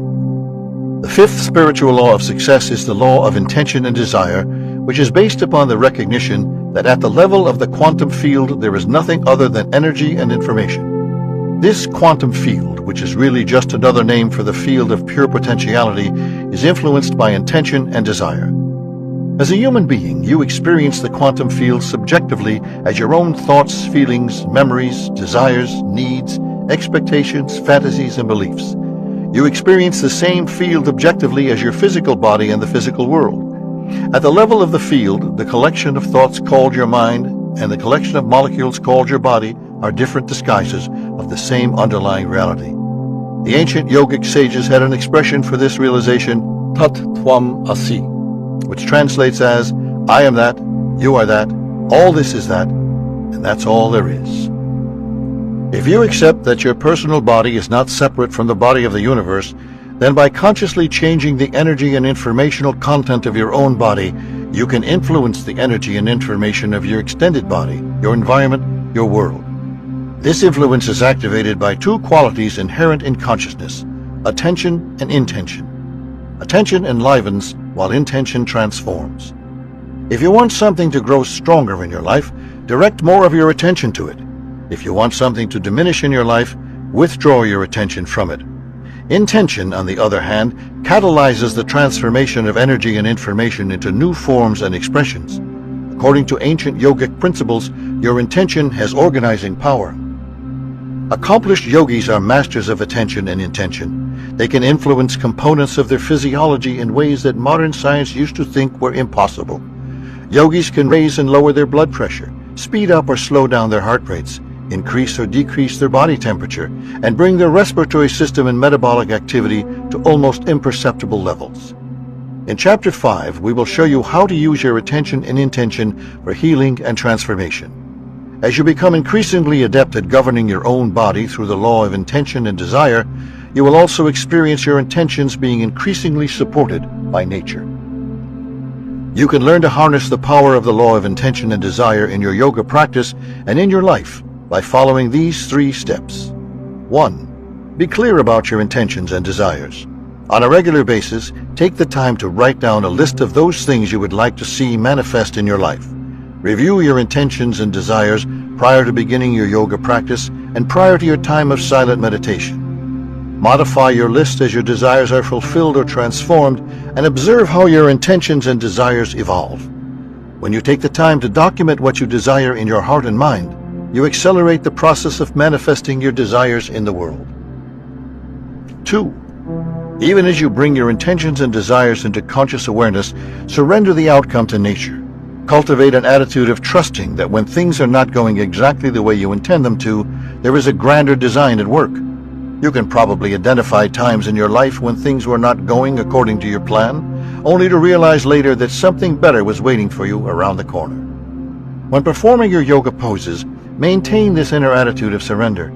Attend to and release your intentions as you move through your postures and watch the result in your yoga practice and in your life. 3. Remind yourself to practice present moment awareness in all your actions. Do not allow any obstacles to consume or dissipate the quality of your attention in the present moment. As you engage in a pose, be fully in the present, remembering that being in the moment empowers your most cherished intentions and desires. As you energize your intentions and desires with your attention, introduce the mantra that resonates with the law of intention and desire. Om Ritam Namah. My intentions and desires are supported by cosmic intelligence. Law 6. The law of detachment. The sixth spiritual law of success is the law of detachment, which reveals a great paradox of life. In order to acquire something in this world, you have to relinquish your attachment to it. This doesn't mean you give up the intention to fulfill your desire. You simply give up your attachment to the outcome. Attachment is based on fear and insecurity. When you forget that the only genuine source of security is your true self, you begin believing that you need something outside yourself in order to be happy. You may believe that a certain amount of money in the bank, paying off the mortgage on your house, obtaining a luxury car, losing 10 pounds, or purchasing a new outfit may result in greater feelings of security within yourself. Unfortunately, whenever your happiness is based upon something other than your true self, insecurity arises because you know at a deep level of your being that whatever is bringing you happiness can be lost and therefore has the potential to bring you pain. According to the principles of yoga, the only true security comes from your willingness to embrace the unknown, the realm of uncertainty. By relinquishing your attachment to the known, you step into the field of pure potentiality in which the wisdom of uncertainty is factored into all your choices. Practicing detachment and embracing uncertainty, you relinquish your need to hold on to the past, which is the only thing that is known. Being open to what is happening rather than trying to control how things unfold, you experience the excitement, adventure, exhilaration, and mystery of life. Applied to your practice of yoga, the law of detachment encourages you to relinquish your attachment to an idealized pose. Rather than seeking only to achieve the perfect posture, have the intention for your practice to awaken deeper and more expanded levels of awareness within you. By relinquishing your attachment to an idealized form and allowing your awareness to embrace the essence of yoga, your body will naturally release its resistance, increase its flexibility, and will improve as a side benefit for your detachment. Yoga is not a competitive sport, and you will not achieve integration of body, mind, and spirit through force and effort. Rather, yoga is a system of mindful surrender. The practice of yoga accomplishes its goal of union through attention and intention, through the conscious release of conflict and struggle. This is the essence of the law of detachment. Have your intentions clearly in your awareness while you maintain an attitude of "Thy will be done." The coexistence of these apparently contradictory forces, intention and detachment, cultivates the flexibility that enables you to fulfill all your goals in life. Put the law of detachment into effect in your yoga practice and in your life by making a commitment to the following 3 steps. 1. Practice detachment. The goal of yoga is flexibility, for which detachment is an essential feature. Detachment and flexibility go hand in hand. Attachment breeds rigidity. Commit not to rigidly impose your ideas of how things should be. Allow yourself and those around you the freedom to be natural. Notice that when you force solutions on problems, you often create new problems that did not previously exist. Remind yourself to engage in everything with detached involvement. 2. Embrace uncertainty as an essential ingredient of your experience and watch how creative solutions to problems spontaneously emerge out of chaos. Cultivate an attitude of curiosity and innocence as you live your life and notice how a deep inner security develops within you, independent of things around you. 3. Surrender to the field of pure potentiality. Combine your focused intention with detachment from the outcome and observe how easily you are able to fulfill your desires while maintaining your center, even in the midst of confusion and turbulence. Introduce the mantra that resonates with the law of detachment to remind you to relinquish your need to control, thereby allowing creative solutions to emerge from the wisdom of uncertainty. Om Anandam Namah. My actions are blissfully free from attachment to outcome. Law 7. The law of Dharma, or purpose in life. The 7th spiritual law is the law of Dharma, which states that every sentient being has a purpose in life. You have unique abilities and your own way of expressing them. There are needs in this world for which your specific talents are ideally suited, and when the world's needs are matched with the creative expression of your talents, your purpose, your Dharma is realized. To be in Dharma, your life force must flow effortlessly without interference.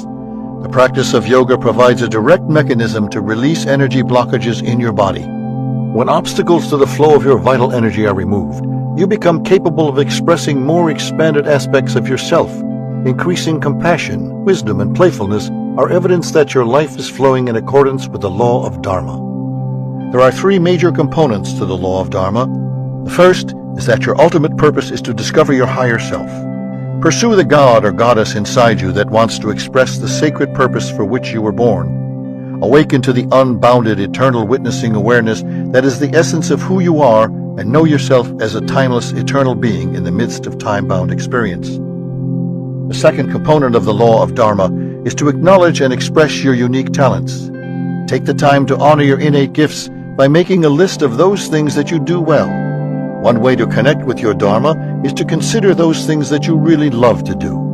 Make a list of the things that bring joy to you and to others while you are doing them. It might be singing, playing the piano, teaching gymnastics, or cooking. You may be naturally good at deep listening or caring for those in need. Whatever your unique talents may be, expressing them brings happiness and satisfaction to you and to others. When you are in the flow of your Dharma, expressing your unique talents, time loses its hold on you and you enter into timeless awareness. The third component of Dharma is serving others. True Dharmic actions naturally bring benefit both to you and to those affected by your actions. The inner dialogue of a person in his or her Dharma is, how can I serve? And how can I help? The answers to these questions will allow you to serve your fellow human beings with love and compassion. Expressing your gifts in service to others is the highest expression of the law of Dharma. When your creative expressions match the needs of your fellow humans, abundance flows into your life. Yoga is action in accordance with Dharma. Moving your body with awareness and impeccability is the essence of a life in harmony with the laws of nature. Every cell, tissue, and organ in your body has its Dharma, which is to perform its unique function while supporting the wholeness of the body. The digestive tract performs its job of secreting gastric juices, moving food along its pathway, absorbing nutrients and eliminating toxins. The endocrine system secretes its vital hormones that regulate metabolism, reproduction, growth, and repair. The circulatory system regulates blood pressure and cardiac output. While each of these systems has its specific role to perform, the essential purpose of their existence is to support the whole physiology. Your practice of yoga supports the Dharma of your body. When life energy is flowing effortlessly through every cell, tissue, and organ, the Dharma of each is being fulfilled. When, as a result of the flexibility, balance, and strength gained during your yoga practice, you are effortlessly able to express your talents in the world, you are aligned with the law of Dharma. When you allow the intelligence and vital energy of nature to flow through you, you are reminded of your highest purpose, serving the world and supporting the evolutionary flow of life. Put the law of Dharma into effect in your yoga practice and in your life by committing to the following 3 steps. 1. Pay attention to the quiet stillness within you that animates your body and mind. During your yoga practice and during the day, bring your attention to the silent witness that observes your thoughts and actions. 2. Become aware of your unique talents and those things you love to do while expressing your unique talents. In your practice of yoga, notice the postures that you enter into easily and use this information to become more intimate with your nature. Some people are naturally flexible, some have inherently good muscle strength, while others have innately good balance. Celebrate your natural talents even as you strive to develop other ones in yoga and in your life. 3. Cultivate an inner conversation of helping and serving. When your intentions behind every action are to align with Dharma, your actions will be effortless and successful. By asking the questions, how can I help and how can I serve, you will fulfill your deeper purpose in life. Use the mantra that resonates with the law of Dharma to remind you of the law of Dharma, particularly when you are experiencing struggle and strife.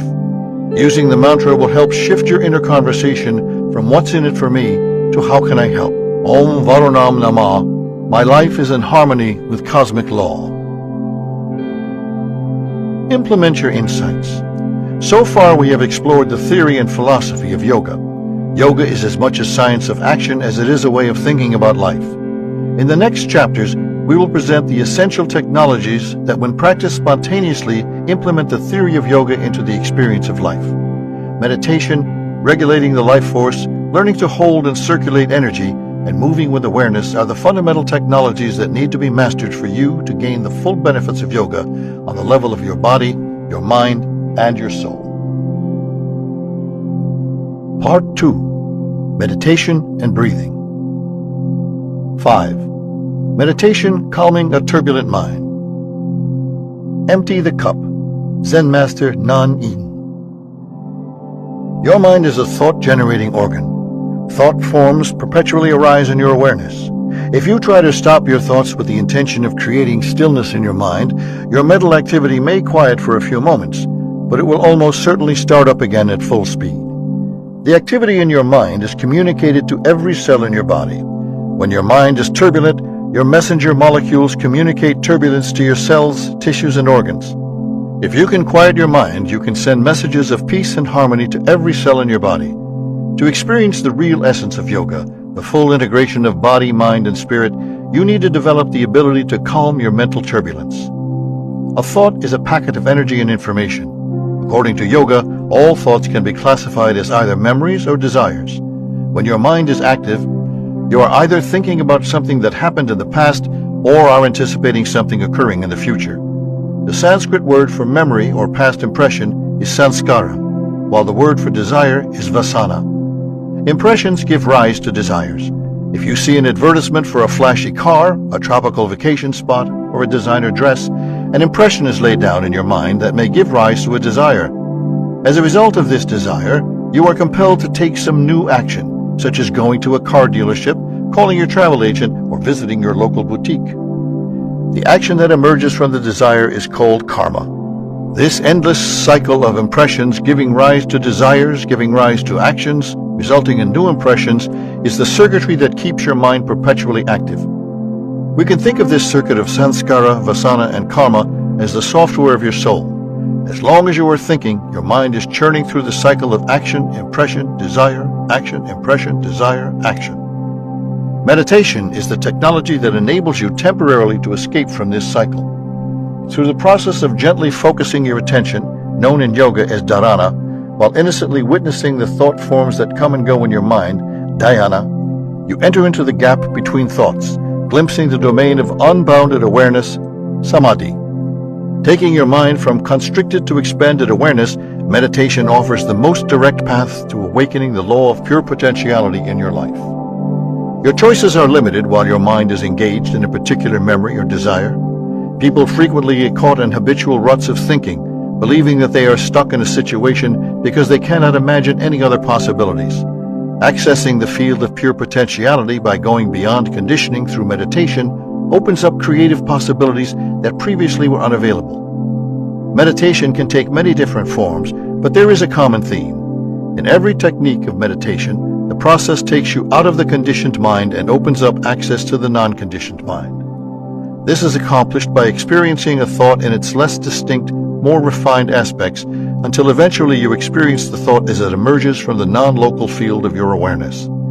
As you become increasingly familiar with the experience of thoughts condensing from consciousness, your identity begins shifting from your mind to your soul. You can focus on and refine your perception of objects in any sensory modality. You can use music, chanting, drumming, or the sound of your own breath as a focus of your attention in meditation.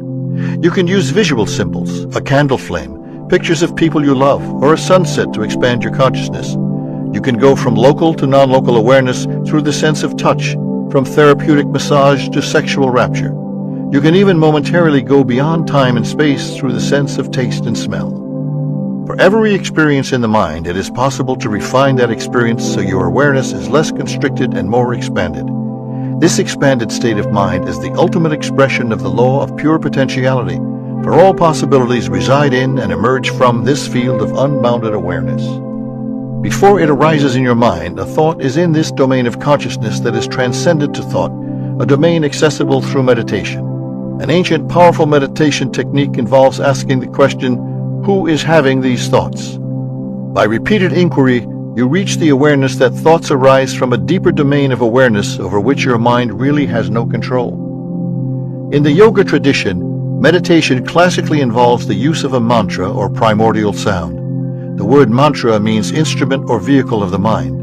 Mantras are used to take your awareness from engagement in the changing realm of life to immersion in the expanded state of being that is beyond beginnings and endings. These vibrations, used for thousands of years to quiet mental activity, are pleasing, resonant sounds that do not have specific meanings to keep your mind active. The mind stays active through the process of association.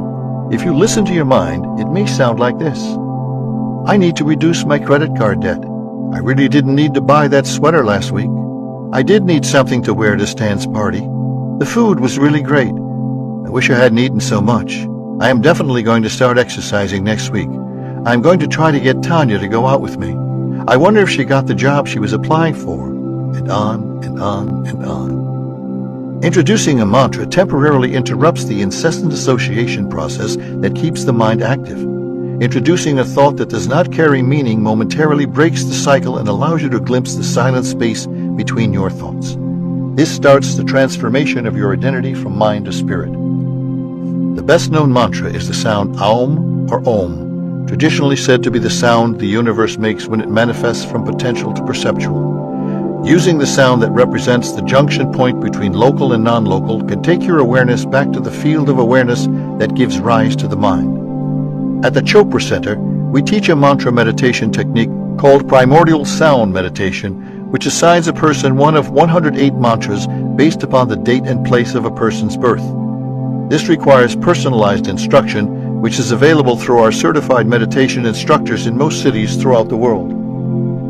According to the theory that underlies primordial sound meditation, the universe expresses a different vibratory frequency at different times during the day. You can appreciate this principle by considering how the environment feels different at dawn from the way it does at high noon or at dusk. Over the course of a lunar month, the sound of the world changes about 108 times. One of these 108 sounds is assigned based upon the time, date, and place of a person's birth. This primordial sound or mantra is said to represent the sound of the cosmos at the doorway between potentiality and individuality, because until we emerge through the birth canal, we are potential human beings. This primordial sound can be used as a meditation vehicle to take you back through the doorway from individuality to universality, the ultimate goal of meditation. Chakra meditation. A different type of meditation involves intoning mantras aloud to create a healing resonance in the mind and body. There are mantras associated with each of the 7 energy centers in the body, known as chakras. The chakras are major junction points between consciousness and the body, and each one is associated with a specific vibration. Envisioned by the ancient seers as wheels or vortices of life force, they sometimes have been associated with major neural networks or hormonal systems. Chakra. First, root. Second, root. Third, energy. Fourth, heart. Fifth, expression. Sixth, intuition. Seventh, consciousness. Neural association. Sacral plexus, lumbar plexus, solar plexus, cardiac plexus, cervical plexus, carotid plexus, cerebral cortex. Hormonal association. Adrenal glands, reproductive glands, pancreas, insulin, thymus gland, thyroid gland, pituitary gland, pineal gland. Each center identifies a core human need. When the center is open, the energy that flows through the chakra allows you to meet those needs more effortlessly. If there is a blockage in one area of the body/mind system, energy becomes stagnant and your intentions are more difficult to actualize. You can activate each center by putting your attention in the location of the chakra and sounding the associated mantra aloud. To begin this meditation, sit comfortably with your spine upright. Close your eyes and visualize the site of the energy center you wish to focus on. Take a deep breath, and on the inhalation, chant the mantra in one long syllable. Feel the sensations in your body, and notice the sense of alert calm in your mind after each mantra. Envision energy flowing effortlessly from the base of your spine through the different energy centers and rising up through the top of your head. Notice how you feel in the meditation and how it affects you when you return to your active life. The first center, root chakra. The root chakra, known in Sanskrit as Muladhara, is located at the base of the spine. It governs your most basic survival needs. When energy is flowing freely through this center, you have confidence that you can meet your core needs without struggle. When there is blockage in this area, you will tend to experience anxiety and worry. The law of karma governs the first energy center. On the physical plane, every action you perform results in a corresponding reaction. To maximize the possibility that your actions generate evolutionary reactions, you can use your body as a choice-determining instrument. Consider the possibilities in front of you and listen to the signals from your body.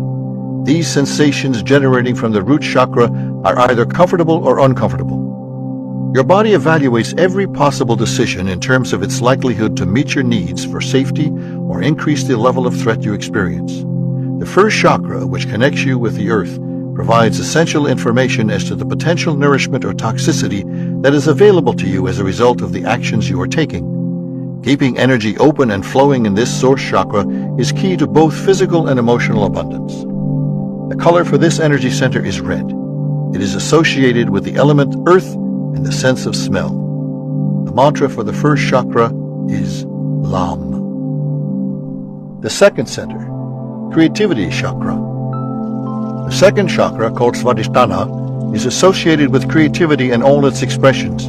It is located in the area of your sexual organs, and the energy of this center can be used for biological reproduction. When channeled into higher energy centers, it fuels the creative force that enables you to paint a beautiful picture, write a novel, play music, build a business, or create a life of love and abundance. The law of least effort is lively in the second chakra. When your vital energy is flowing through your center of creativity, you co-create your life. The solution to every problem is rarely on the level of the problem. Rather, it comes from a deeper domain of creativity. Creativity is the process of taking the same raw material and creating different contexts and relationships between the components. When a painter creates a masterpiece of art, she weaves the pigments in a way that results in a unique creation. When a composer creates a new piece of music, he is using the same notes in a new relationship with each other, resulting in the emergence of something that did not exist before. A novelist creates a new relationship between letters and words, enabling a story to manifest that had not previously existed. When you are aligned with your creative juices, the expressions that emerge arise effortlessly. The second chakra utilizes the raw material of the root chakra to create the world anew each day. The color for the second energy center is orange. It is associated with the element of water and the sense of taste. The mantra for the second chakra is Vam. The third center, energy chakra.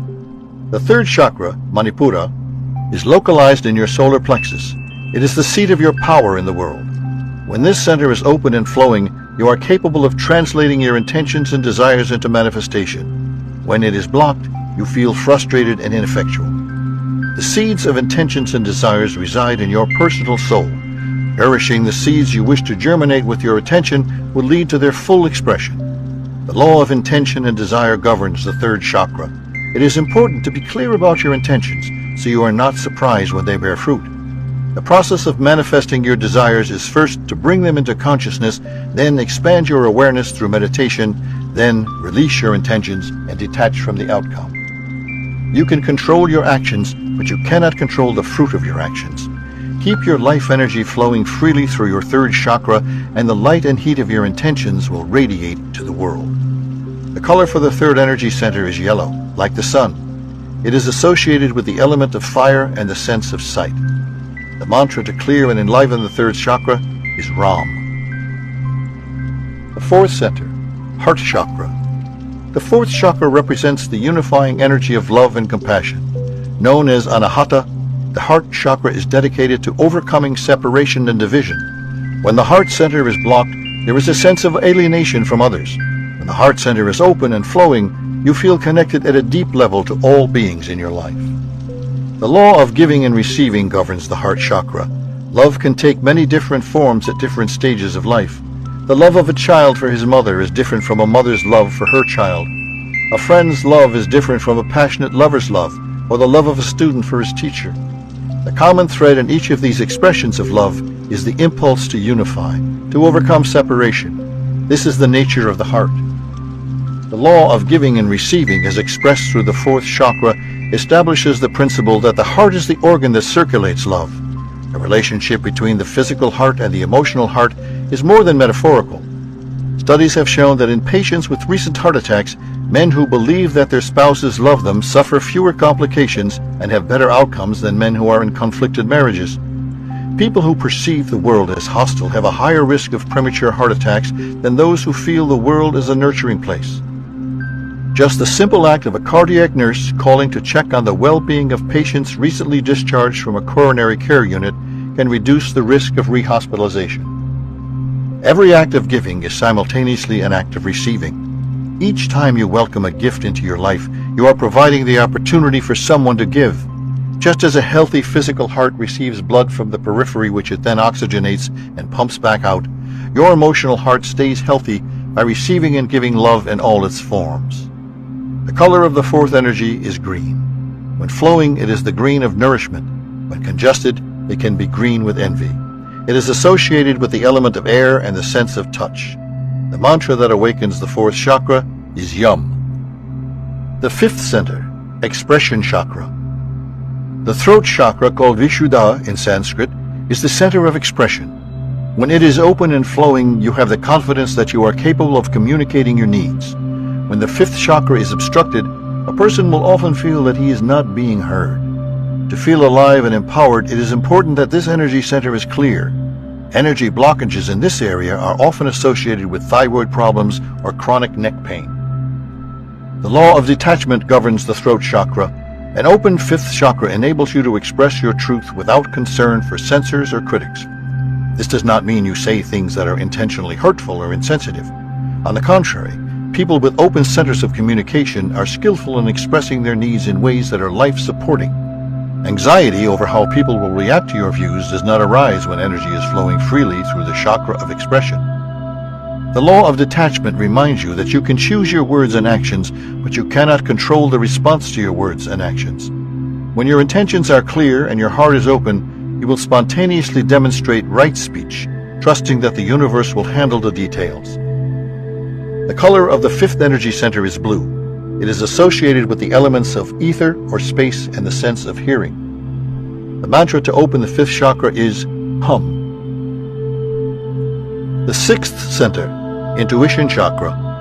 The sixth energy center is sometimes known as the third eye. Located in the forehead, Ajna, as it is known in Sanskrit, is the center of insight and intuition. When this center is open, you have a deep sense of connection to your inner voice and feel guided in your choices.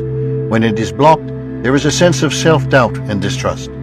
The opening of this chakra is usually associated with a clear sense of connection to one's dharma or purpose in life. The law of dharma or purpose in life governs the sixth chakra. You have within you a wise voice guiding you to express the highest aspects of your nature. Listen to this inner still voice, which is guiding you to manifest your full potential. Quiet the internal turbulence that is filled with the voices of others so you can identify the sound of your own soul. It has only one desire, for you to remember your essential nature as a spark of the divine. The color of the sixth energy center is indigo. It is associated with extrasensory perceptual abilities such as clairvoyance, clairaudience, and remote viewing. The sense is inner sound, independent of outside vibrations. The mantra to awaken the sixth chakra is Sham. The seventh center, consciousness chakra. This center, known as Sahasrara, is visualized as a lotus flower at the crown of the head. When the lotus unfolds its petals, the memory of wholeness is restored. You remember that your essential nature is unbounded and that you are spirit in disguise as a person. This is the full expression of yoga, the unification of being with action, of universality with individuality. The law of pure potentiality governs the seventh chakra. When your roots are receiving nourishment from the earth in the first chakra, your creative juices are flowing in the second, your intentions are empowered in the third, your heart is open and exchanging love with those around you in the fourth. You are spontaneously expressing your highest self in the fifth, and you are in touch with your inner voice in the sixth. Then energy moves into the crown chakra, and you remember your essential nature as infinite and unbounded. The 1,000-petaled lotus flower unfolds, and you know yourself as a spiritual being temporarily localized to a body and mind. As you recognize the universality underlying your individuality, you gain access to your full potential. Your identity shifts from local to non-local, from constricted to expanded. Fear and anxiety dissipate because you lose your attachment to specific outcomes, trusting that the universe is unfolding in the most evolutionary way possible. The color of the seventh energy center is violet. It is associated with the sense of compassion that comes from recognizing another as a reflection of yourself. The sense is the inner light that radiates from the eternal flame of sacred wisdom. The mantra to nurture the seventh chakra is Aum. So Hum meditation. Every meditation technique offers something of value to the mind and body. We believe that procedures that quiet your mind allow you to glimpse the silent space between thoughts and help expand consciousness and heal the body. A very simple, effective, and easily learned meditation technique uses the breath along with a breathing mantra to quiet the mind and relax the body. If you are unable to receive personal instruction from a primordial sound meditation teacher, the So-Hum meditation described here will help take your awareness from a constricted to an expanded state of consciousness, aligning you with the law of pure potentiality. We recommend that you practice this technique for 20 to 30 minutes twice daily. We encourage you to perform it soon after awakening and again before dinner. Although some people find that if they meditate before bed, they may have some difficulty getting to sleep, you may find that by meditating at bedtime, you are able to turn off your mental turbulence from the day's activity and fall asleep easily after you have completed your meditation practice. 1. Sit comfortably where you will not be disturbed and close your eyes. 2. For a few minutes, simply observe the inflow and outflow of your breath. 3. Now take a slow, deep breath through your nose while thinking the word so. 4. Exhale slowly through your nose while thinking the word hum. 5. Allow your breathing to flow easily, silently repeating so, hum with each inflow and outflow of your breath. 6. Whenever your attention drifts to thoughts in your mind, sounds in your environment, or sensations in your body, gently return to your breath, silently repeating so, hum. 7. Continue this process for 20 to 30 minutes with an attitude of effortlessness and simplicity. 8. When the time is up, sit with your eyes closed for a couple of minutes before resuming your daily activity. Meditation experiences. Although you may have a variety of experiences in your meditation practice, it is easy to classify them into a few basic categories. Mantra awareness. Your repetition of the So-Hum mantra should be effortless. Silent repetition of the sound does not require clearly pronouncing it in your mind. Rather, have just a vague sense of the mantra as a vibration, an impulse, or a subtle sound. Listen for its sound more than feel the pressure to articulate it. Whenever the mantra appears to be changing in its rate, rhythm, or pronunciation, allow it to transform without controlling the process. Thought awareness. The most common complaint that new meditators express is that they are having too many thoughts. Thoughts are a natural component of meditation, and it is not possible to forcibly stop thinking. There will be many times in every meditation during which your mind drifts off the mantra to thoughts. You may find yourself thinking about something that has happened in the past, or something you are anticipating happening in the future. You may find yourself thinking about sensations in your body or sounds in your environment. During this period of meditation, when you become aware that your attention has drifted away from the mantra, easily shift it back. Whether you are thinking about what you want for lunch, a movie you saw yesterday, an issue at work, or some profound cosmic realization, when you recognize that you have drifted off into thinking about something, anything, gently and without straining, return your attention to the mantra. Sleep. If your body is fatigued when it is time to meditate, you may drift off to sleep. Don't fight the urge to sleep. Meditation is an opportunity for your body/mind to rebalance, and if it needs to rest, allow it to do so. When you awaken, sit up and meditate using your mantra for about 10 minutes. If you find yourself falling asleep in most of your meditations, you are probably not getting enough rest at night. Restful sleep is an important component of a balanced lifestyle. Be sure that you are exercising regularly, avoiding unnecessary stimulants during the day, and eliminating alcohol from your diet, particularly before bed. Try to be in bed with the lights off by 10 p.m. Pure awareness. As your mind quiets during meditation, you will experience moments when there is the absence of thoughts with the retention of awareness. We call this experience going into the gap. There is no mantra and there are no thoughts. The mind has temporarily relinquished its attachment to time and space and is immersed in the eternal, infinite realm of pure awareness. This is the experience sometimes known as samadhi. With regular practice, the expansive awareness that you glimpse during meditation begins to permeate your life outside of meditation. The relaxation you gain while meditating extends into your activity. The ability to consciously experience non-local and local awareness simultaneously is the essence of yoga, established in a state of unity consciousness while being fully engaged in the world of forms and phenomena. All of the 7 spiritual laws are in play during meditation. The process is governed by the law of pure potentiality, which takes your mind to the domain of all possibilities beyond thought. Allowing mental activity to come and go without restriction expresses the principle of the law of giving and receiving. Not indulging in the meaning of the thoughts that arise allows you to transcend the law of karma. The core principle of meditation is the law of least effort, for the non-local field of awareness is also the domain of least effort. The state of non-local awareness, beyond thought, time, space, and causality, cannot be accessed through force. You utilize the law of intention and desire by having the intention to relinquish your need to control, resist, or anticipate during the practice of meditation. The law of detachment is essential, for the only way to get to the field of unbounded awareness is by letting go. Finally, the law of dharma is active because it is the nature of the mind to seek ever-expanding realms of bliss and wisdom. It is the dharma of the mind to expand during meditation. Letting go and allowing the process to proceed innocently is the proven technique of going beyond thought and quieting the mind. Attention and intention meditation.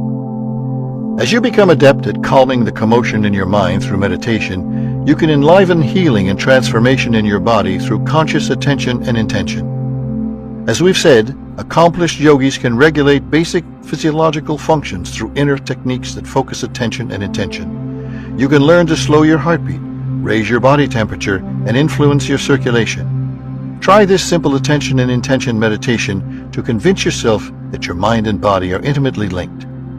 1. Sit comfortably, close your eyes, and take a slow, deep breath.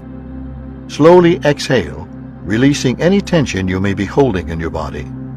For the next few minutes, practice the So-Hum meditation described earlier, or primordial sound meditation if you have been instructed in it. 2. Now bring your attention into the area of your heart.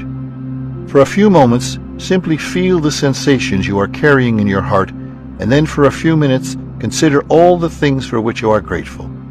Acknowledge everything in your life for which you feel gratitude. The people, the love, the experiences, and the opportunities that make you the person you are. 3. Now take a few moments to relinquish any grievances, regrets, or hostility you may be holding inside you. Simply have the intention to release all toxic feelings that are not nourishing to your heart. 4. Next, silently, like a mantra, repeat the expression, "Thy will be done, Thy will be done, Thy will be done." Have the intention to surrender to whatever you imagine or believe is the underlying intelligence of the universe, be it God, nature, cosmic order, or any other concept that you have. 5. Now, with your attention in your chest, see if you can perceive the throbbing of your heartbeat is either a sensation or a subtle vibration. Introduce the intention for your heartbeat to slow down, slow down, slow down. 6. Shift your attention to your hands and become aware of your heartbeat in your hands. Have the intention to increase the blood flow and warmth to your hands. 7. Now direct your attention to any part of your body that you believe needs healing and feel your heart throbbing slowly in that area. If there is no place in your body that needs attention, simply be aware of your heart throbbing in your chest. Silently, like a mantra, repeat the phrase, healing and transformation, healing and transformation, healing and transformation. 8. After a few minutes, bring your attention to your breath, simply observing the inflow and outflow of your breathing. When you are ready, slowly open your eyes. The Yoga of Meditation. The Upanishads tell us, as great as the infinite space beyond is the space within the lotus of the heart. From the time of your birth, you have been called to explore the world outside of you. Meditation is the exploration of your inner world. Yoga encourages you to be as familiar with your inner world of thoughts, feelings, memories, desires, and imagination as you are with the outer world of time, space, and causality. When you can move through both the inner and outer domains of life with freedom and finesse, you fulfill the highest purpose of yoga. 6. Moving energy, pranayama, and bandhas. Why do you stay in prison when the door is so wide open? Rumi. Breath is the essence of life. You inhale for the first time shortly after arriving in the world, even before your umbilical cord is cut. From that moment on, you take approximately 17,000 breaths each day, which over a lifetime totals about 500 million breaths. In your final moments on this planet, you exhale for the last time. That breath defines the end of your life.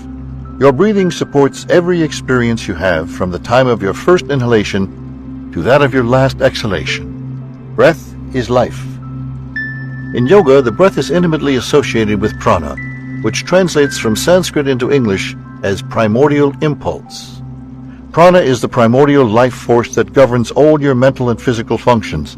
It is the vital energy that animates inert molecules into self-healing, evolving biological beings. It is the primary creative power of the cosmos.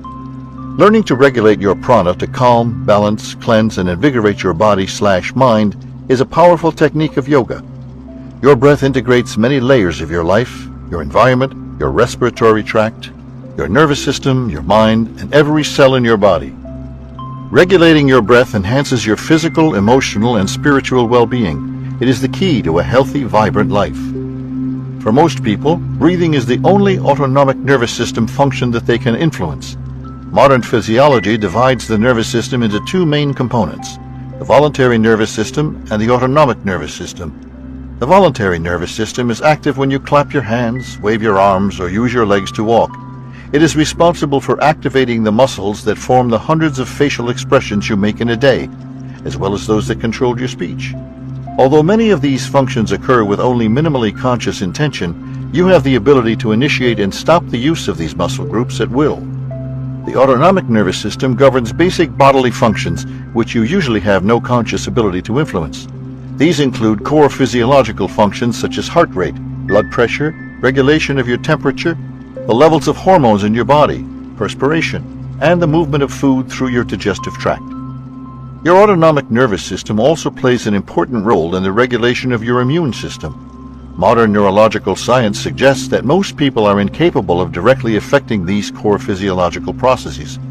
They function on their own, whether or not you are paying attention to them or attempting to alter them. Most people do not know how to influence their blood pressure, change the flow of their blood, reduce their sweating, or affect their digestive function. Studies of yoga practitioners, however, have found that with practice, people can learn to consciously decrease their blood pressure, slow their heart rate, reduce their oxygen consumption, alter their circulation, and lower their stress hormone levels.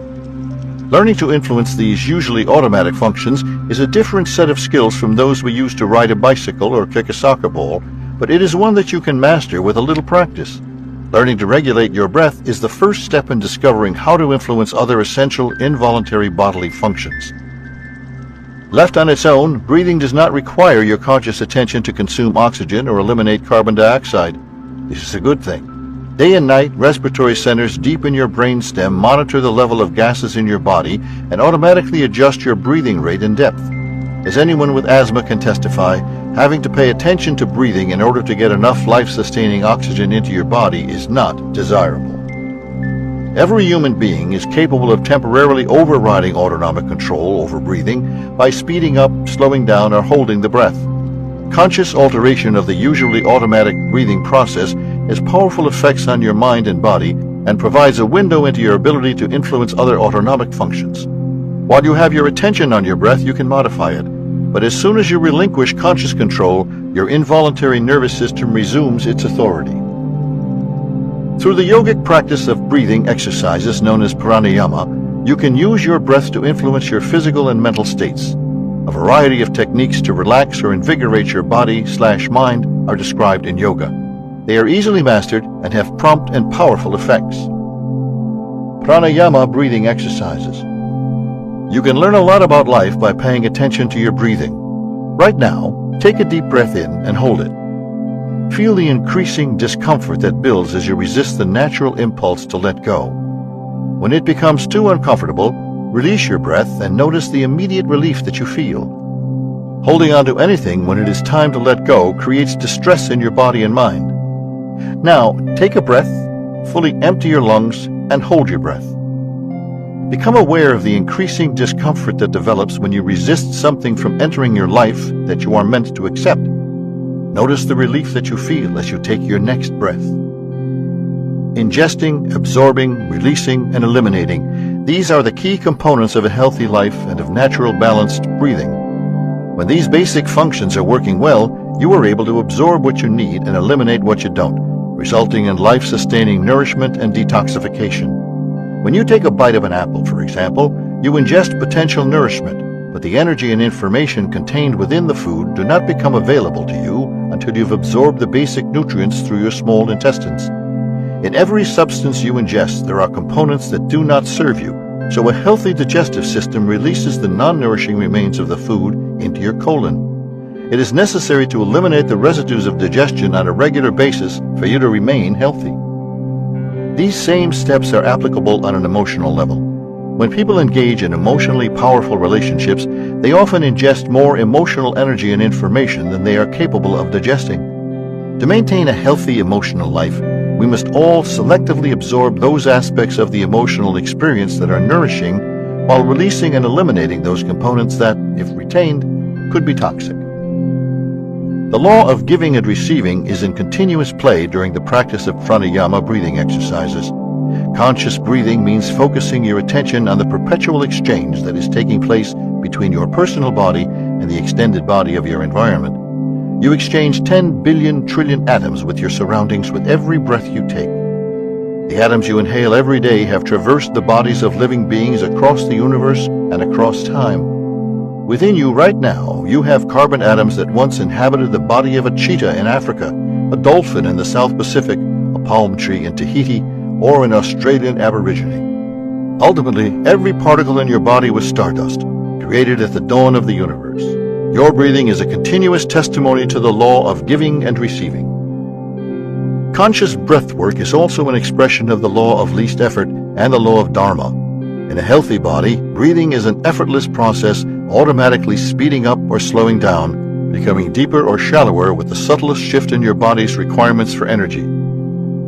The oxygen you inhale supports the purpose, Dharma, of every cell in your body, enabling each to exercise its unique talent while serving the wholeness of the physiology. On both physical and emotional levels, pranayama breathing exercises clear the channels that enable you to effortlessly exchange your personal energy with the energy of the universe. Consciously directed, your vital energy can be used for creativity and healing. Pranayama breathing exercises are tools to help you channel your vital force in evolutionary ways that bring you higher levels of physical and emotional well-being. Bhastrika, bellows breath. When you have a lot of energy moving through your body, you naturally breathe more vigorously. You spontaneously move more air when you are exercising or dancing because your body requires a greater quantity of oxygen to supply your energy needs. In the same way that invigorating action increases the depth of your breathing, you can consciously deepen your breathing, resulting in greater energy available to your body. One of the most empowering breathing exercises in yoga is known as Bhastrika, which translated into English means bellows breath. This is an energizing and cleansing breath. Although it is generally a very safe technique, it is important that you stay tuned in to your body during this process. If at any time you experience uncomfortable sensations or feel lightheaded during the process, discontinue the Bhastrika for a few moments, then resume the exercise in a less intense manner. Begin by relaxing your shoulders and practicing slow, deep abdominal breathing. After a few deep breaths, fully exhale, and then begin forceful, complete exhalations, followed by forceful, deep inhalations through your nose at the rate of 1 second per cycle. The entire breathing movement should be from your diaphragm. Keep your head, neck, shoulders, and chest relatively stable while your belly moves in and out. Start with a round of 10 Bhastrika breaths, then resume normal breathing and simply observe the sensations in your body. After about 15 to 30 seconds, begin the next round with 20 breaths. If you feel lightheaded or experience tingling in your fingers or around your mouth, discontinue your deep breathing and simply observe your normal, quiet breathing until the sensations completely subside. Then resume the process. After a pause of 30 seconds, perform a third round of 30 breaths. Again, suspend your Bhastrika breathing if you feel woozy. After the third round, simply witness the sensations in your body. For most people, this breathing exercise creates the experience of feeling energized and invigorated. If you feel sluggish in the morning, Perform a set of Bhastrika breaths and you will feel the clouds clear from your body and mind. You can also perform a couple minutes of Bhastrika during the day if you are feeling drowsy or lethargic. If you are trying to lose weight, performing Bhastrika several times per day will increase your digestive power and help your metabolism burn more intensely. It is generally not recommended that you perform Bhastrika pranayama close to bedtime, as you may have difficulty falling asleep. Although Bhastrika clears the mind, it enlivens energy. Kapalabhati, shining breath. A variation of the bellows breath is Kapalabhati, which involves forceful exhalations followed by passive inhalations. Sitting comfortably with your spine in an upright posture, forcefully expel all the air from your lungs. Then allow them to fill passively. The primary movement is from your diaphragm. Perform this movement 10 times, then allow your breathing to return to normal and observe the sensations in your body. Repeat these cycles of 10 movements 3 to 4 times. Like Bhastrika, Kapalabhati is a cleansing and invigorating pranayama. Dirga, complete breath. Dirga pranayama is a cleansing and balancing breathing exercise that shows prompt benefits.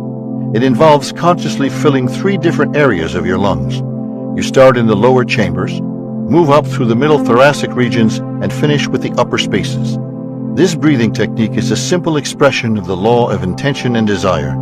Simply by shifting your intention as to where to direct your breath, you will notice a deeply relaxing and releasing effect. Perform Dirga Pranayama either sitting upright or lying flat on your back. Both the inhalations and exhalations are through your nostrils. For the first breath, inhale slowly and deeply, directing the air into your lower lungs by consciously using your diaphragm. When this is performed properly, your belly should inflate so you look like you are a little pregnant. As you exhale, deflate your belly as if air were escaping from a balloon. Repeat this pattern several times, drawing the air into your lungs' lower chambers, maintaining smooth and rhythmic breathing. After you are comfortable with this first step, begin bringing air into the middle section of your lungs. Start by filling your lower regions as before, then direct your inflow to your mid-lung region by opening your rib cage. You will feel your ribs expanding between your diaphragm and your chest. Inhale and exhale several times, filling both the bottom and middle areas of your lungs. Finally, draw air into the bottom and middle regions of your lungs, then continue filling your upper lungs by breathing into your collarbones, clavicle. Practice the complete breath so your inhalation and exhalations flow in a smooth, continuous motion, sequentially directing your attention from your diaphragm to your ribs to your clavicle. Envision this deep, conscious breathing nourishing the organs, tissues, and cells in your body, enabling them to perform their vital functions effortlessly and in accordance with their dharma.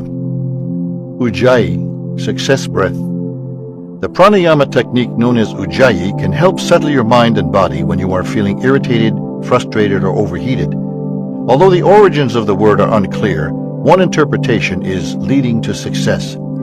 This breath allows you to stay focused without generating unnecessary mental friction. Ujjayi creates a cooling influence at the back of the throat and has a balancing effect on the cardiorespiratory system. To perform Ujjayi breath, take a slightly deeper than normal inhalation. On the exhalation, slightly constrict your throat muscles so as you breathe out, it sounds as if you are snoring. The outflow of your breath is through your nose with your mouth closed. The result should be that you sound like Darth Vader from Star Wars. Another way to get the hang of this practice is to first exhale the sound ha with your mouth open. Now make a similar sound with your mouth closed, directing the outflow of air through your nasal passages. This should result in the desired breathy snoring sound. Once you have mastered it on the outflow, perform the same procedure on inflow, gently constricting your throat as you inhale. Try shifting into Ujjayi breath whenever you find yourself becoming aggravated or upset, and you will notice a prompt, soothing influence. Ujjayi is said to have a calming effect on the body while it helps the mind to focus. We recommend using Ujjayi while performing your yoga poses to help you stay focused as you move from one posture to the next. Ujjayi can also be a useful tool during aerobic exercise. Olympic-level athletes have introduced Ujjayi into their training routines to enhance respiratory efficiency. Try using Ujjayi while performing your cardiovascular workout and see if practicing this breath technique reduces wear and tear on your body. Nadi Shodhana, channel clearing breath. Nadi Shodhana means clearing the channels of circulation and is sometimes known descriptively as alternate nostril breathing. This pranayama exercise has a quieting effect and is very helpful in reducing mental turbulence associated with anxiety and insomnia. In Nadi Shodhana, you use your right hand to control the flow of breath through your nostrils. Your thumb is positioned over the right nostril while your third and fourth fingers are over the left. There are several different styles of Nadi Shodhana, all of which regulate the flow of air through your nasal passages. They differ according to how and when you alter the breathing pattern. The simplest procedure involves closing off alternate nostrils at the end of each inhalation. Inhale deeply, then close off the right nostril with your thumb, exhaling through the left. Smoothly inhale through the left nostril, and at the peak of the inflow, close off your left nostril with the third and fourth fingers of your right hand, exhaling through the right nostril. After full exhalation, inhale through the right nostril, again closing it off with your thumb at the peak of inhalation. Your breathing should be effortless with your mind simply witnessing the process. Continue performing Nadi Shodhana for the next few breaths following this pattern. Inhaling through the left nostril, exhaling through the right. Inhaling through the right nostril, exhaling through the left. Nadi Shodhana has a relaxing effect on your mind and body. It can be useful to quiet your mind prior to beginning mantra meditation or when your mind is racing when you are trying to fall asleep. By softening the breath through Nadi Shodhana, you invoke a state of calm inner awareness. Breathwork in action. Become aware of your breathing throughout the day. If you find yourself in a tense or stressful situation, consciously take some slow, deep abdominal breaths through your nose and notice how your entire body relaxes. Practice Ujjayi breathing when you are walking or exercising and notice how it brings you back to your center. Use the Dirga breath when you are feeling pressure and strain to circulate the life force throughout your body. Be conscious of your breath, and your awareness will stay centered in the midst of turbulence. According to yoga, this is the true value of pranayama. The bandhas, embracing your vital energy. The word bandha means to hold, lock, or embrace. These potent practices train you to direct your prana or vital energy to different centers of your body. Bandhas provide direct demonstration of the law of dharma as you witness the immediate reactions in your body to specific actions you take. The basic principle with each bandha is first to accumulate energy in an area of your physiology, then release it. This process of building a force and then unleashing it discharges obstacles from the pathways of energy circulation. Like traditional Chinese medicine, yoga envisions the body/mind as a network of energetic channels through which life force flows. These pathways are known as srotas and nadis.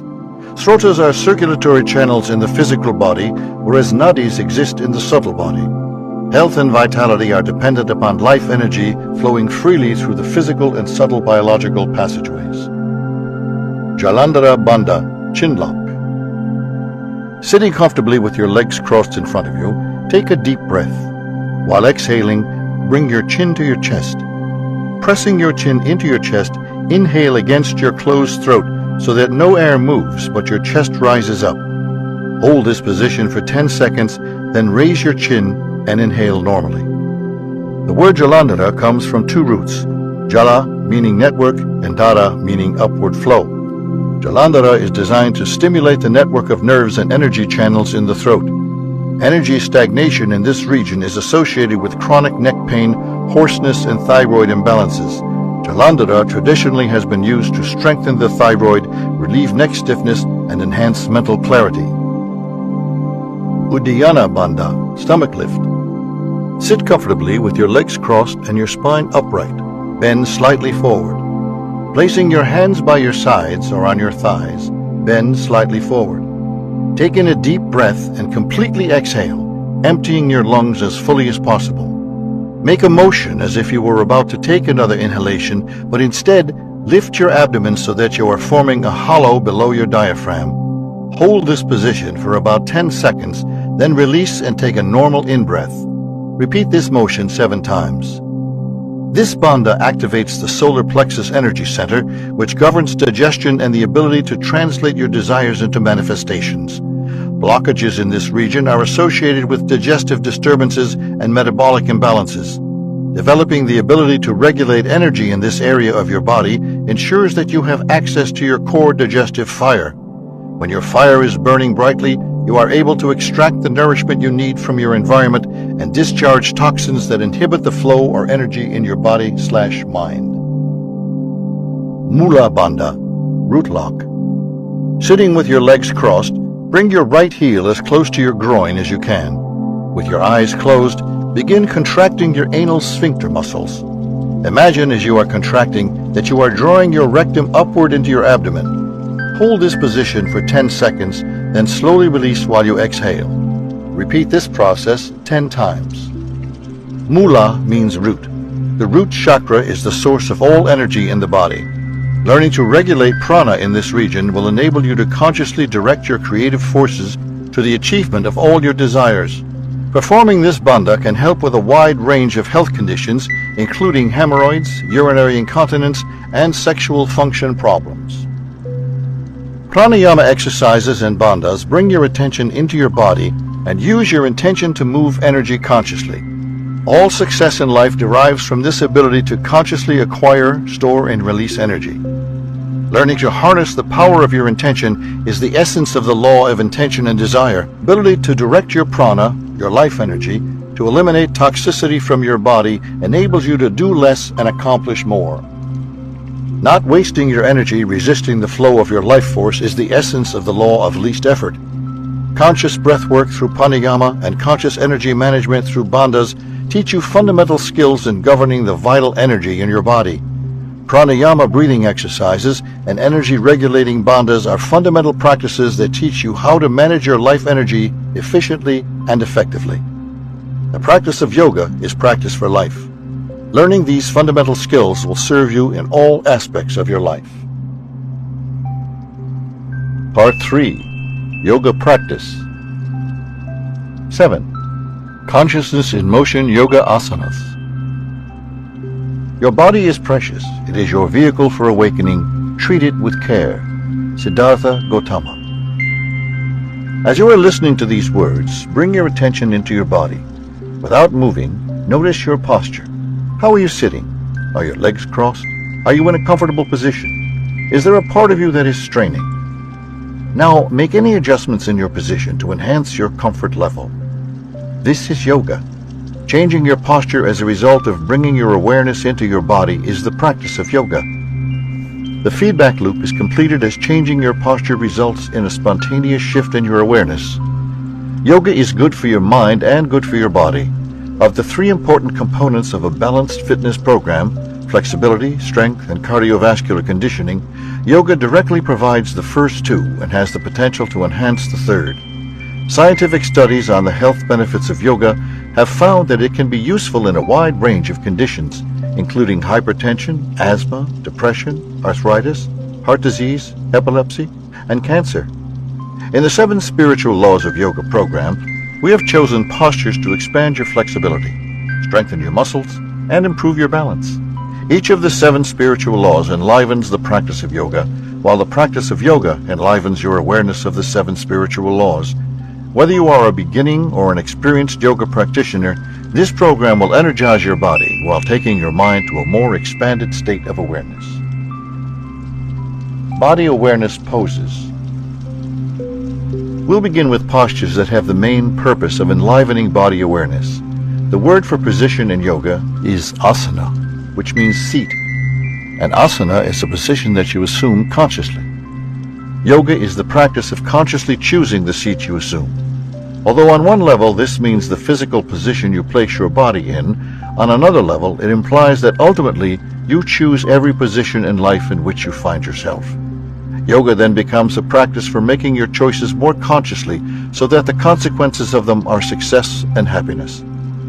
As a human being, you have a built-in mechanism to evaluate the choices you make in your life, which is by listening to the signals of comfort or discomfort that your body generates as you consider your options.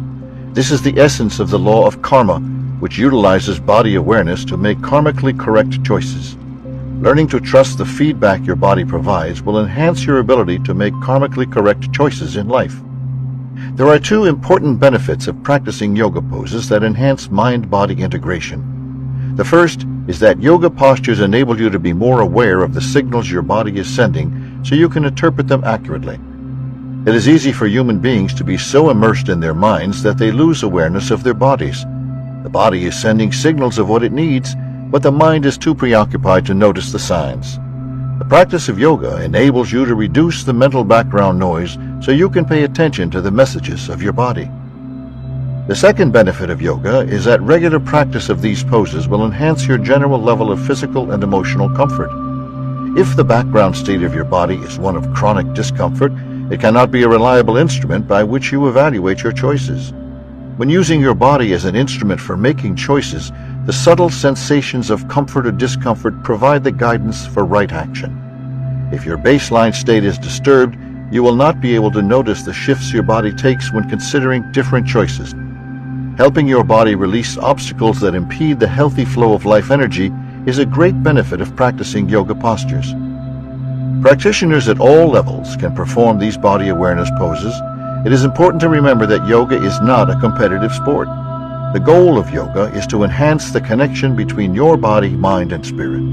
The precise performance of a posture is of secondary importance to mind-body integration. Stay fully present as you move through these postures, gently moving into and then through your body's resistance. Pavanamuktasana, wind-relieving pose. Begin by lying on your back, allowing your awareness to float through your body. If you notice any area of tension in this resting pose, have the intention to release it. Now take in a deep breath and bring your right knee up to your chest. Grasp your leg below the knee with both hands and gently bring your chin to your knee. Hold this position for a few moments, breathing easily and feeling the sensations in your body. After several breaths, slowly straighten your leg, exhaling as you return it to the floor. Repeat the pose with your left knee, bending it to your chest as you inhale, while raising your chin to your knee. Again, breathe easily for a few moments, then slowly lower your head and leg to the floor while exhaling. Now, while inhaling, lift both knees up to your chest, grasping both of your legs with your coupled hands. Hold for several moments, easily inhaling and exhaling and being aware of the sensations in your spine. Now, holding both of your legs below the knees, gently rock backward and forward 3 or 4 times, then gently rock side to side several times. Returning to your back, gently begin bicycling motions with your legs. Placing your hands by your sides, extend first one leg, then the other. Inhale and exhale in rhythm with each leg extension. After about half a minute, return both legs to the floor. These are useful starting poses, for they begin mobilizing energy in the body. According to Ayurveda, yoga's sister branch of Vedic science, the vital airs of the body, known collectively as Vayu, are the basis for all movement. Vayu governs the movement of thought, the movement of air, the movement of muscles, the movement of blood, and the movement of elimination. On a cellular level, it regulates the movement of DNA molecules, the movement of proteins, and the movement of hormones. Health results when Vayu is moving harmoniously. Vayu has a natural lightness, which naturally impels it to move in an upward direction. When Vayu is disrupted as a result of stressful experiences, its job of eliminating toxins down and out from the body is impaired. Impairment in the elimination function of Vayu results in energy stagnation and the accumulation of subtle toxicity in the body. These wind-relieving poses bring Vayu back to its appropriate home in the pelvis so it can perform its essential duty of moving toxins down and out of the body. Sarvangasana, shoulder stand. While still on the floor with your hands alongside your body, slowly raise your legs so they are perpendicular to the floor. Gently roll your weight onto your upper back as you elevate your hips, supporting them with both of your hands. Keep your upper arms and elbows on the floor. The back of your head and neck remain flat on the floor. Find a point of comfortable balance into which you can relax. Inhale and exhale slowly and deeply in this position. Halasana, plow pose. From the shoulder stand, gently lower your legs over and behind your head so you are touching the floor with your toes. If you cannot bring them all the way to the floor, lower them as far as you can. Place your arms alongside you, breathing easily, and feel the stretch in your spine and thighs. Bring your attention to your breathing and practice Ujjayi Pranayama in this pose, audibly inhaling and exhaling with slightly constricted throat muscles. Slowly alternate between the shoulder stand and the plow pose 3 or 4 times. These 2 poses are beneficial for massaging the visceral organs and toning the thyroid gland. Now, slowly lower both legs back to the floor, resting comfortably on your back. Witness your breath while feeling the sensations in your body. The shoulder stand and plow poses circulate energy up and down your spine. When you first try the shoulder pose, you may find that your center of gravity is in your hips and buttocks, and you may have difficulty maintaining your legs over your head. With repeated practice, you will feel increasing comfort bringing your legs over your head and maintaining your balance with little effort. You may initially have difficulty flexing enough for your toes to touch the floor. After a few rounds of doing the shoulder stand alternating with the plow, it will be easier for you to obtain full benefit from both poses. Bhujangasana, Cobra Pose. Roll from your back onto your stomach. Bring your legs and feet together with your toes slightly pointed. Place your palms beneath your shoulders, and while inhaling, gently begin raising your eyes, then your head, then your chest, upward off the floor. As much as possible, use your spinal muscles rather than your arms to lift yourself up. Your lower abdomen should remain on the floor. Inhale as you rise and exhale as you lower yourself back down. Repeat this several times, then lower your chest to the floor. Salabhasana, Locust Pose. From your stomach, roll onto your side. Make 2 fists side by side below your groin with your arms straight. Now roll back onto your stomach with your arms beneath your chest and abdomen. As you inhale, lift your right leg off the floor. Hold it for a few moments, then lower it while exhaling. Repeat this motion with your left leg. If you are able to perform this fairly easily, try raising both legs off the floor together, keeping your knees together. Inhale while you are lifting, hold for several moments, then lower both legs to the floor. Dhanurasana, Bow Pose. Lying on your chest and abdomen with your forehead on the floor, tune into your body, breathing easily. Now slowly and deeply inhaling, reach behind you and grasp both ankles with your hands. Raise your head and chest off the floor while pulling your ankles up and toward your head. Lift your knees and thighs off the floor and look upward. Hold this position for several deep breaths, then gradually lower your legs and chest to the floor as you exhale. These 3 postures, Cobra, Locust, and Bow, extend your spine to increase backward strength and flexibility. Modern life has a tendency to constrict the spine with a prolonged sitting at work and while traveling in your car or in an airplane. As a result of this habit of constriction, breathing becomes shallower and subtle anxiety is experienced. Consciously extending the spine counterbalances the restriction born of repeated flexion and has a noticeable effect on both physical and emotional well-being. These postures have a direct effect on improving spinal health. Our spines consist of bony spinal vertebrae separated by shock-absorbing discs. When you perform a posture that extends the spine, pressure is placed on the back part of the vertebral body, which has the effect of pushing the discs forward into their normal and healthy position. The muscles that run along the spine are strengthened through these poses so that less weight is borne directly by the discs. For people troubled by chronic back pain due to bulging vertebral discs, the Cobra, Locust, and Bow poses help normalize the anatomy and reduce back discomfort.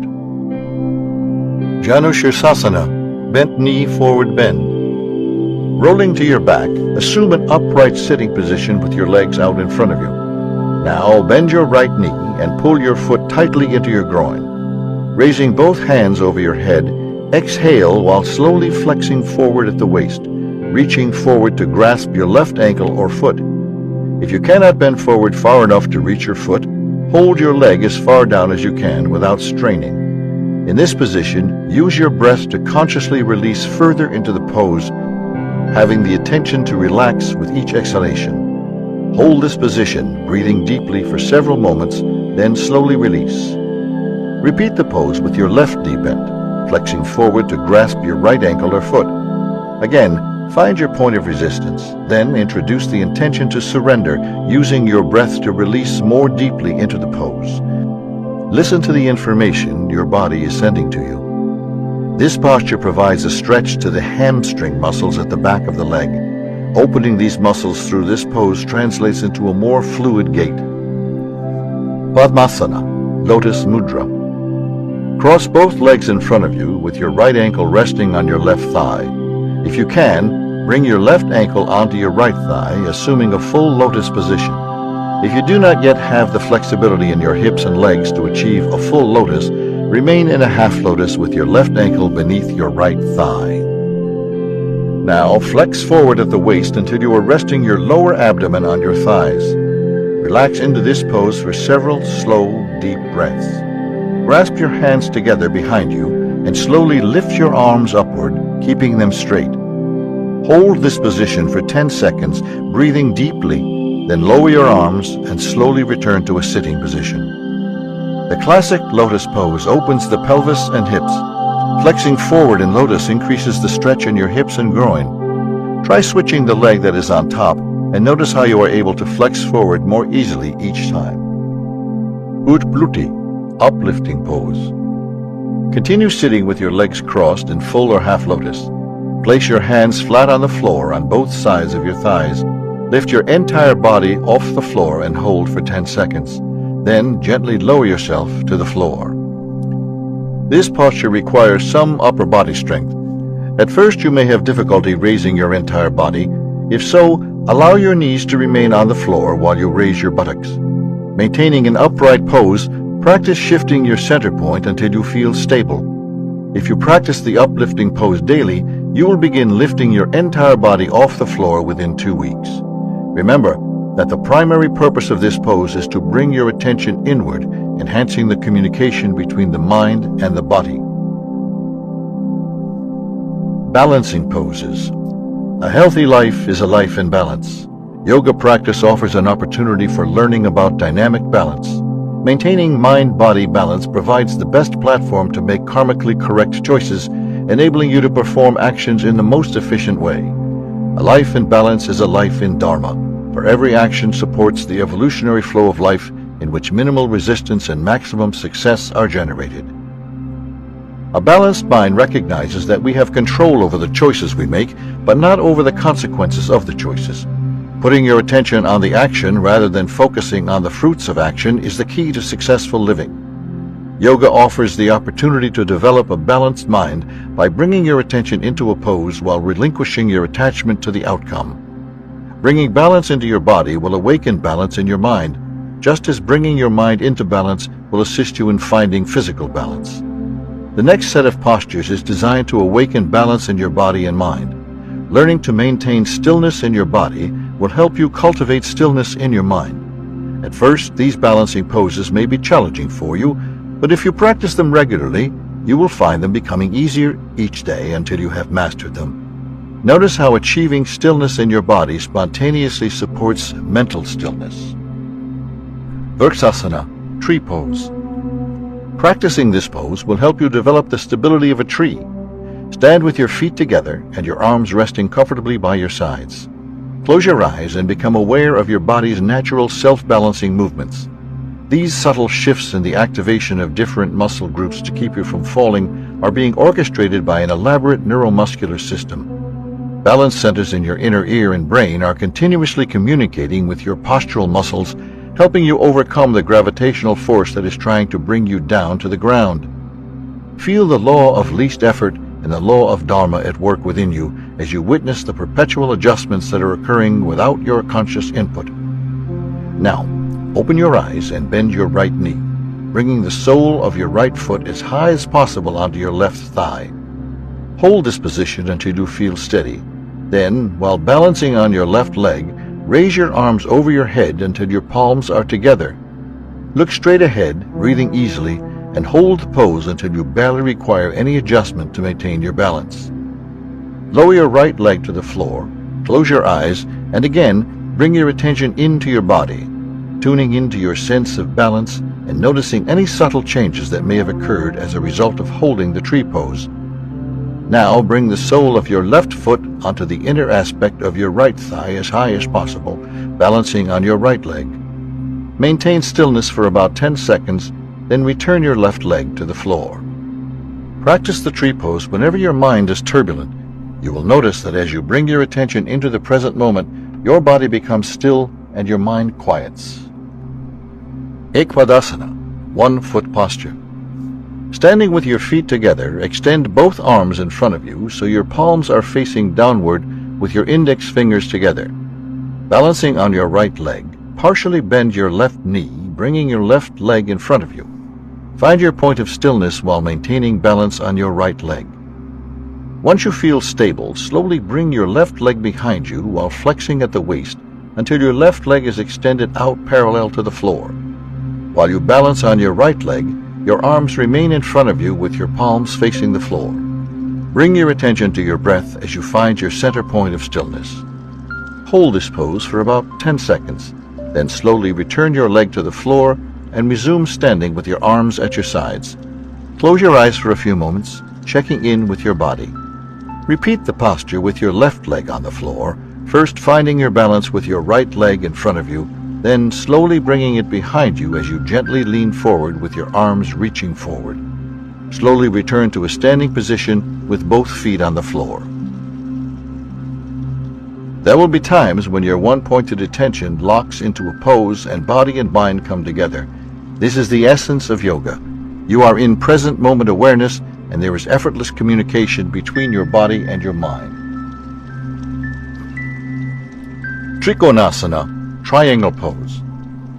From a standing pose, spread your legs apart so your feet are a little less than twice as wide as your shoulders. While inhaling, raise both arms straight up to shoulder height so they are parallel to the floor.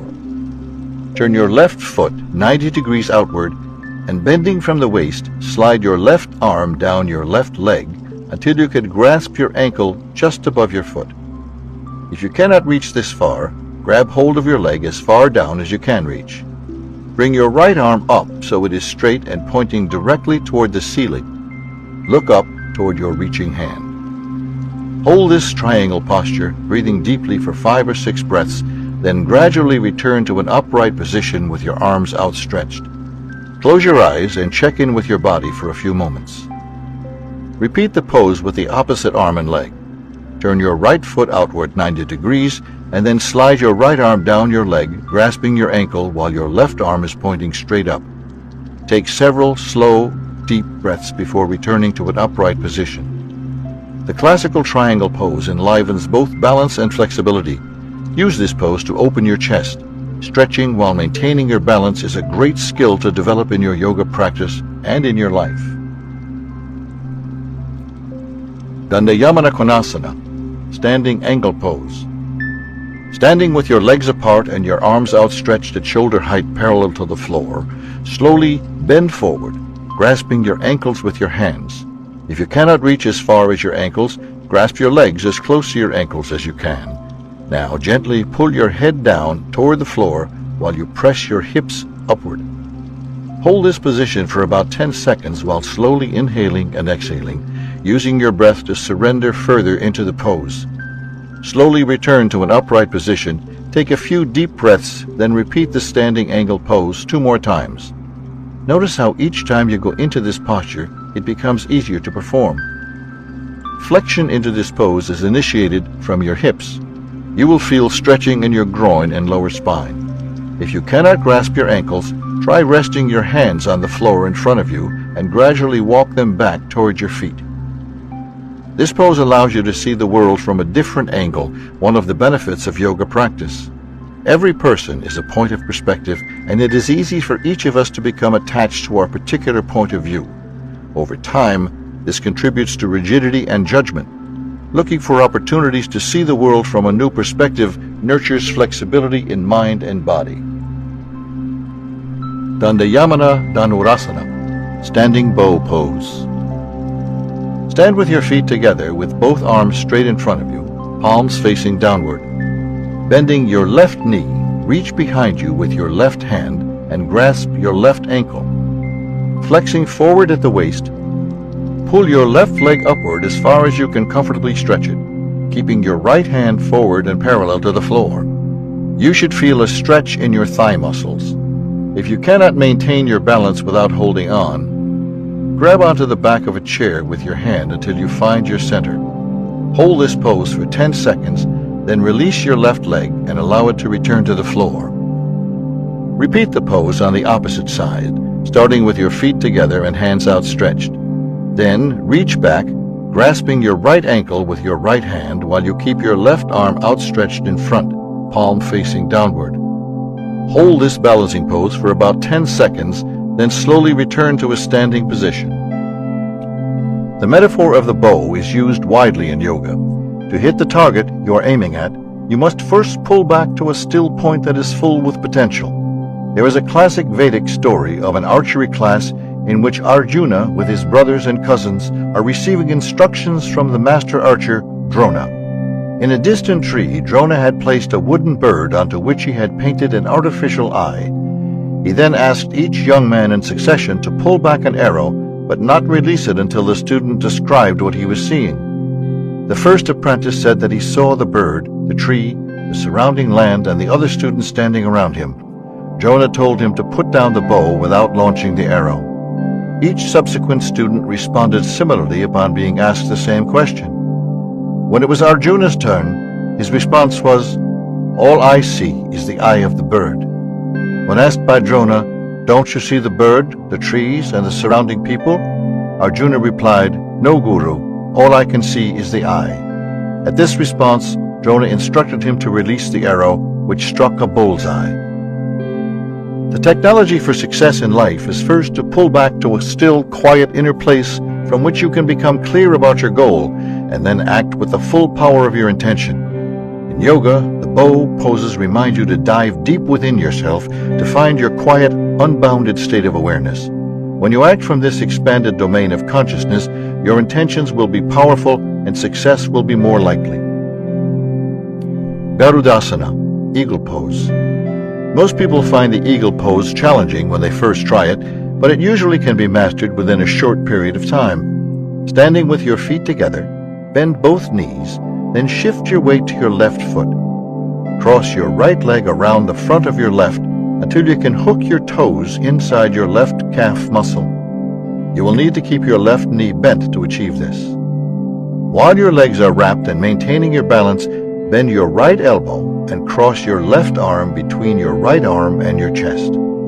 Place the fingers of your right hand onto the palm of your left hand and point your fingertips to the ceiling. Hold this twisted pose for 10 seconds, then unwind. Repeat this balancing posture on the opposite side by shifting your weight to your right foot and wrapping your left leg around your right, hooking your left toes inside your right calf.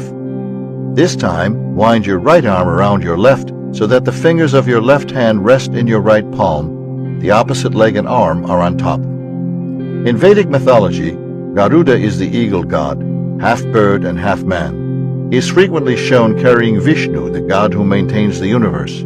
Garuda is known as the destroyer of obstacles to the fulfillment of desires.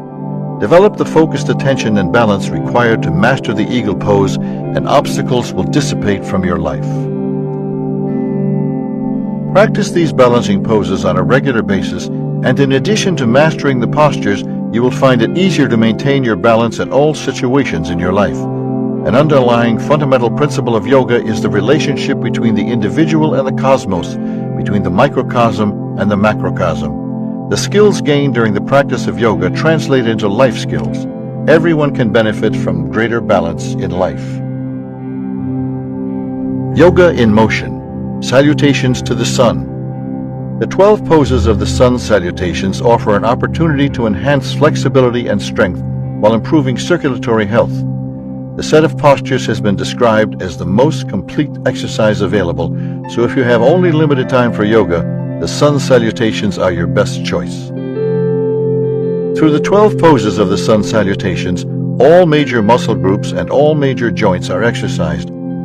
These poses also massage and stimulate your major internal organs. These postures are designed to awaken the connection between your Agni, or inner fire, and that of the sun. The word Agni is the root of the English word ignite. When your Agni is burning brightly, you are capable of digesting the energy and information you ingest on a daily basis, be it food, ideas, or emotional experiences. When your inner fire is weak and sputtering, you do not fully metabolize your daily life experiences. The residues of incomplete metabolism are stored in your body/mind, leading to fatigue and weakened immunity. When practiced, along with following a healthy diet, a good daily routine, and the conscious avoidance of physical and emotional toxicity, the sun salutations are designed to kindle your inner fire so you can radiate the best of who you are. The poses of Surya Namaskar represent the full experience of human life with all its highs and lows and ins and outs. Traditionally performed at sunrise and sunset, the postures represent the metabolism of the sun's energy into life energy. The sun is the source of all life on this planet. Ultimately, we are beings of light, and the sun salutations acknowledge this primordial connection. Performed slowly, the 12 poses encourage flexibility and strength. Performed rapidly, the sun salutes can provide a vigorous cardiovascular workout. Along with each posture of Surya Namaskar is a mantra that awakens an aspect of the energy of the sun. Say these sounds as you perform each pose, and your mind will quiet and expand while you focus on the posture. 1. Pranamasana, Salutation Pose. Begin with your feet firmly planted on the ground in the salutation pose, inhaling and exhaling easily. Allow your attention to go inside and become aware of the current level of energy in your body. The mantra for the salutation pose acknowledges the unconditional life-giving power of the sun. This pose resonates with the heart chakra and the law of giving and receiving. The mantra for the salutation pose is Om Mitraya Namaha.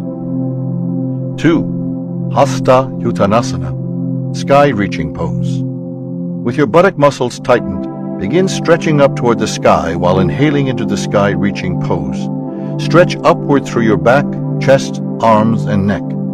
The mantra for this pose acknowledges the darkness-dispelling power of the sun. This pose awakens the throat chakra of expression and the law of detachment. The mantra for this pose is Om Ravaye Namaha. 3. Pada Hastasana, Hand to Feet Pose. Next, gently stretch forward while exhaling.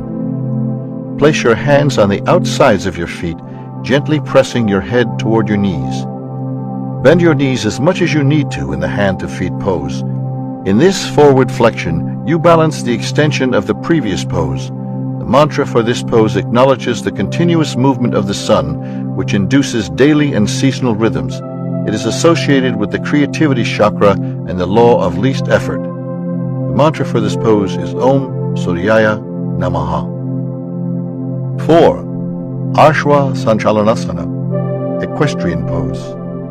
Now stretch back your right leg while looking upward, breathing easily in the equestrian pose. The mantra acknowledges the wisdom that dawns when light is brought onto a subject. It is associated with the chakra of intuition and the law of dharma. The mantra for this pose is Om Manave Namaha. 5.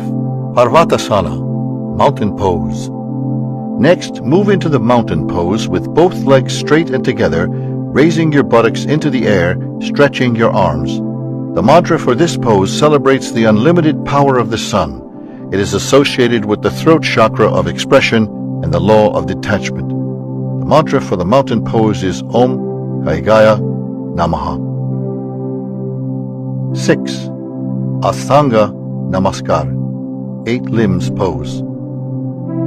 From this position, lower yourself gently to the ground, touching your forehead, chest, and knees to the floor, while maintaining the bulk of your weight on your hands and toes.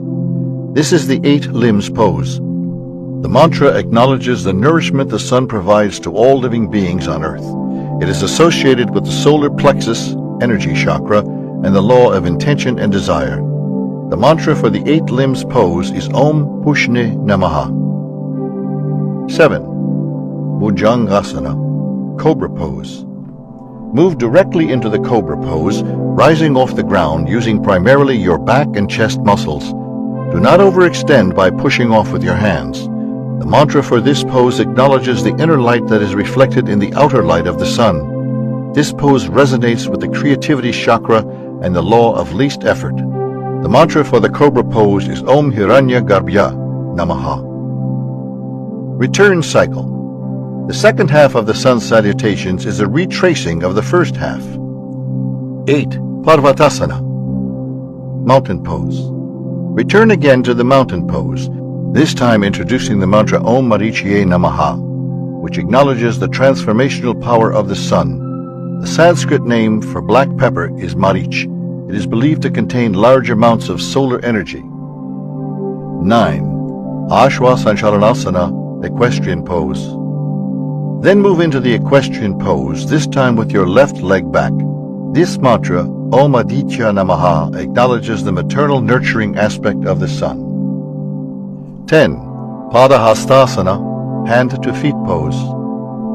Continue the cycle by moving into the hand to feet pose using the mantra Om Savitre Namaha, which acknowledges the stimulating power of the sun.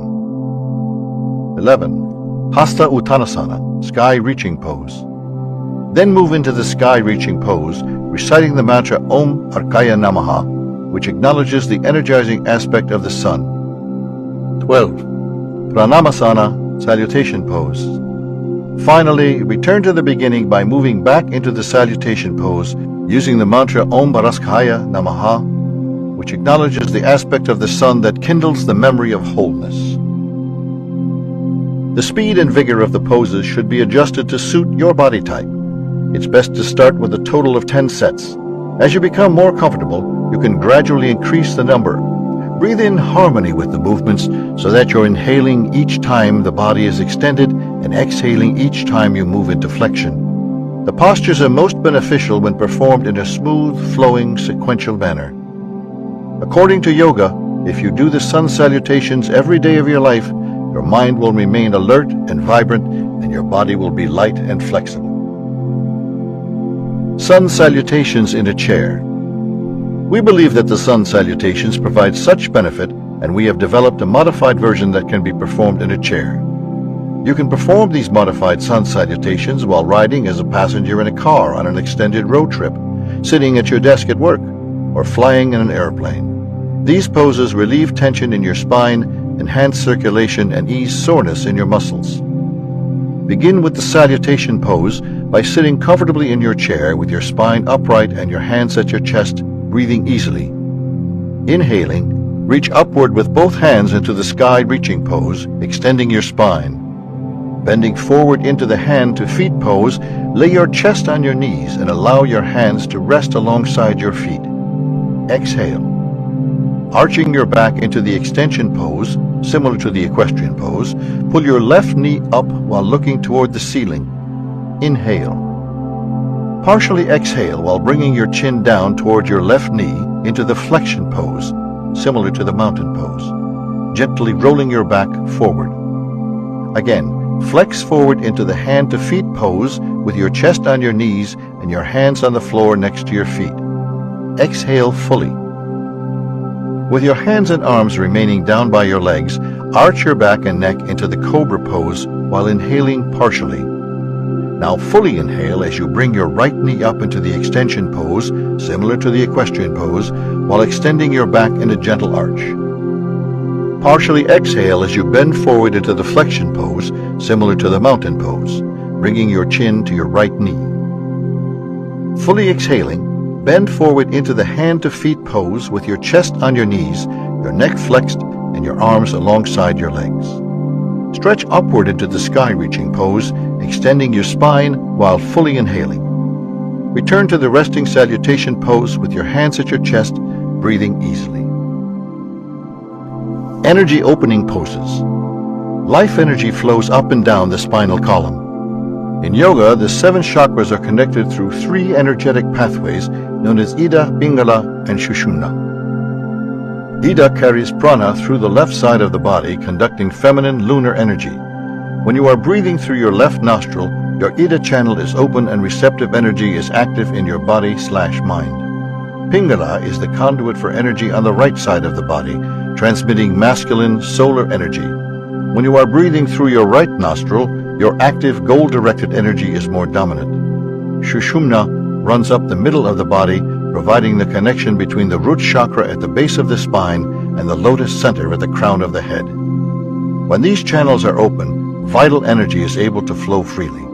The vital energy rising up through the spine is known as the awakening of Kundalini, sometimes visualized as the uncoiling of a snake at the base of the spine. These final poses are designed to release congestion in the spine, enabling prana to nourish every organ, tissue, and cell in your body. Matsyendrasana, spinal twist, Lord of the Fish pose. Sit on the floor with your legs out in front of you. Bend your left leg and place your foot on the floor next to your right thigh. Place your right arm around your left knee and hold your right knee while twisting your spine to the left. Hold this position, breathing easily. With every exhalation, allow yourself to surrender into the pose. Return to the midline and repeat the posture on the other side by bending your right leg and placing your right foot on the floor next to your left thigh. Place your left arm around your right knee while twisting your spine to the right. Again, breathe easily into the pose, using your breath to increase your flexibility. As you become more flexible, reach around and grasp the ankle of the foot that is placed on the floor. Hold for 10 seconds, then return to center. Close your eyes for a few moments and put your attention on your spine. Envision the life force flowing up from the base of your spine through your pelvis, into your abdomen, up through your heart, through your throat, between your eyes, and into your head. Imagine the 1,000-petal lotus flower at your crown chakra opening. Activate the intention to live your life from a more expanded state of awareness as a result of energy flowing freely through your body. According to Vedic mythology, Lord Shiva was instructing his consort Parvati on the essence of yoga on the shore of a remote island. Shiva noticed that a fish was listening intently to the discourse. Moved by the fish's concentration, Shiva gave a blessing over the aquatic animal, enabling it to assume a celestial form whom Shiva named Matsyendra, or Lord of the Fishes. This pose is named in honor of this unusual sentient being. Chakrasana, kneeling wheel. From the spinal twist pose, roll your legs around so that you are on your knees with your feet close together behind you. Arch your back and grasp your right ankle with your right hand and your left ankle with your left hand. Raise your hips up toward the ceiling while allowing your head to relax backwards. Breathe easily in this position for about 10 seconds, then slowly lower your hips and raise yourself up so you are again resting on your knees. Close your eyes and with your attention in your spine, envision energy moving up from your base to your skull. This pose opens the pelvis and the spine, strengthening the neck and back muscles. Be conscious of your breath while holding this pose, having the intention to expand your chest with each deep inhalation while you stretch upward. In addition to forming the shape of a wheel, chakra, this pose activates each energy center. Vajrasana, diamond pose. Beginning on your knees with your body upright, gently lower yourself down until you are sitting on your heels. Rest in this position for a few moments. Then, lift yourself off your heels. Again, allow yourself to settle onto your heels. Become aware of your breathing and allow yourself to relax more deeply with each breath. Activating the law of intention and desire, envision energy freely flowing up your spine. This is an energizing pose that awakens energy in the lower chakras. With practice, you will see increasing flexibility in your hips, knees, and ankles. It provides benefits for people suffering with digestive disturbances and hemorrhoids. The diamond is the precious gem that has the highest spiritual frequency, representing purity and eternity. It has the ability to cut through almost everything else in the world. The diamond pose awakens the balanced state of mind-body integration that allows you to cut through ignorance with the wisdom of the infinite and unbounded field of life. Matsyasana, fish pose. The fish pose provides a similar stretch to the spine as the diamond pose, but it is a little easier for most people. Not to be confused with the Lord of the Fish pose, Matsya opens the chest, allowing for greater lung aeration. It is classically performed in a full lotus position, but it can also be done in half lotus. Sitting comfortably in the lotus posture, gently lower your back so you are lying on the floor with your crossed legs in the air. Place your palms flat on the floor, just underneath your buttocks. While arching your back, lower your crossed legs to the floor. Resting on your bent elbows and forearms, continue arching your back until the crown of your head is on the floor. Breathe easily while holding this position for 15 seconds. Then lower your back to the floor and slowly uncross your legs. If you are unable to get into a full lotus, you can perform a simpler modification of the fish pose. Lying on your back, bend your knees and bring your heels as close as you can to your buttocks. Bear your weight on your elbows and forearms while arching your back until you are able to rest the top of your head on the floor. Feeling the stretch in your back and neck, hold this posture for 15 seconds, then slowly lower your back and then your legs to the ground. Balasana, child's pose. Kneeling on the floor, overlap your big toes and sit on your heels. Separate your knees and slowly bend forward until you are resting your body between your thighs. Lay your hands on the floor alongside your torso, palms up, and release your shoulders toward the floor. Rest your forehead on the floor and breathe easily. The child's pose is a comfortable resting posture that allows you to quiet your mind as your body settles into deeper relaxation. In many ways, it is the asana equivalent of the fetal position. Bring the law of least effort into your awareness as you surrender into the child's pose, feeling the sense of inner safety that this posture generates. Children are flexible and have an amazing capacity to adapt to changing situations, even as they have limited ability to control the course of their own lives. Despite the fact that they are subject to the will of adults who direct their lives, children are able to find joy in their present moment. Flexibility and adaptability are valuable qualities that yoga can cultivate to re-establish some of the resiliency of youth. Carl Jung once said that as children we have unconscious perfection. As adults, we become conscious of our imperfection. Finally, with wisdom, we achieve a state of conscious perfection. The child's pose provides an opportunity to quiet the mind, relax the body, and celebrate the state of conscious perfection. Whenever you feel that the demands of the world are becoming too burdensome, assume this pose and allow the law of least effort and the law of detachment to spontaneously awaken within you. Yoga in action. The human body is designed for movement. When you are able to move freely, effortlessly, and in harmony with your environment, you experience joy and vitality on all levels of life. This is the highest expression of the law of Dharma. Established in a state of expanded inner awareness, you perform activity with dynamic ease. The regular practice of yoga enables you to expand your limitations. As the body becomes more flexible, the mind becomes more flexible. As the body gains strength, the mind gains strength. As you learn to maintain a centered state of balance physically, you spontaneously feel more centered and balanced mentally and emotionally. According to the 7 spiritual laws, you have the potential to create a magnificent life filled with wisdom, success, and love. The creative cauldron of pure potentiality resides within you in the domain of silence at the source of your mind and body. You can access this field through the stillness cultivated in your practice of yoga. Joy in life flows from the effortless giving and receiving that derives from a deep connectedness to spirit.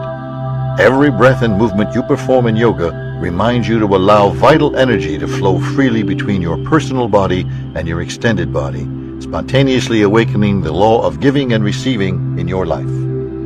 The law of karma reminds you that every action has its reaction. Performing actions consciously in your yoga practice ensures that the reactions generated by your choices are more likely to be evolutionary for you and for those around you. Opening to the possibility that you don't have to struggle so hard to achieve your goals is the essence of the law of least effort. Every practice session of yoga reminds you of this basic principle. If you force yourself into a posture, you will almost certainly pay the price the next day of decreased rather than increased flexibility. Yoga is practice for living life with finesse. Your intentions orchestrate their fulfillment. Become aware of the law of intention and desire in your yoga practice as you move into every posture. Introduce your intention and then let go. It is this paradoxical coexistence of the law of intention and desire, along with the law of detachment, that taps into the power of nature to support your deepest aspirations. Every moment is as it should be. From the beginning of time and space, the universe has been unfolding as through unfathomable multidimensional coincidences. Struggling against this moment is struggling against the entire universe. The practice of yoga awakens the law of Dharma in your life by teaching you to feel your way. Your body is capable of calculating the most evolutionary choices available to you at every moment. You simply need to be able to listen to the signals it is sending you in its desire to support your happiness and health. A yogic practice eliminates the static and the communication lines between your mind and body. The clarity, flexibility, balance, strength, and centered awareness that you cultivate while practicing your postures will serve you well throughout your day and throughout your life. 8. The 7 Spiritual Laws of Yoga Session. We have what we seek.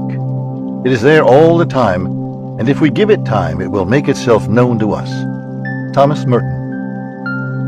You now have all the components for the complete 7 Spiritual Laws of Yoga program.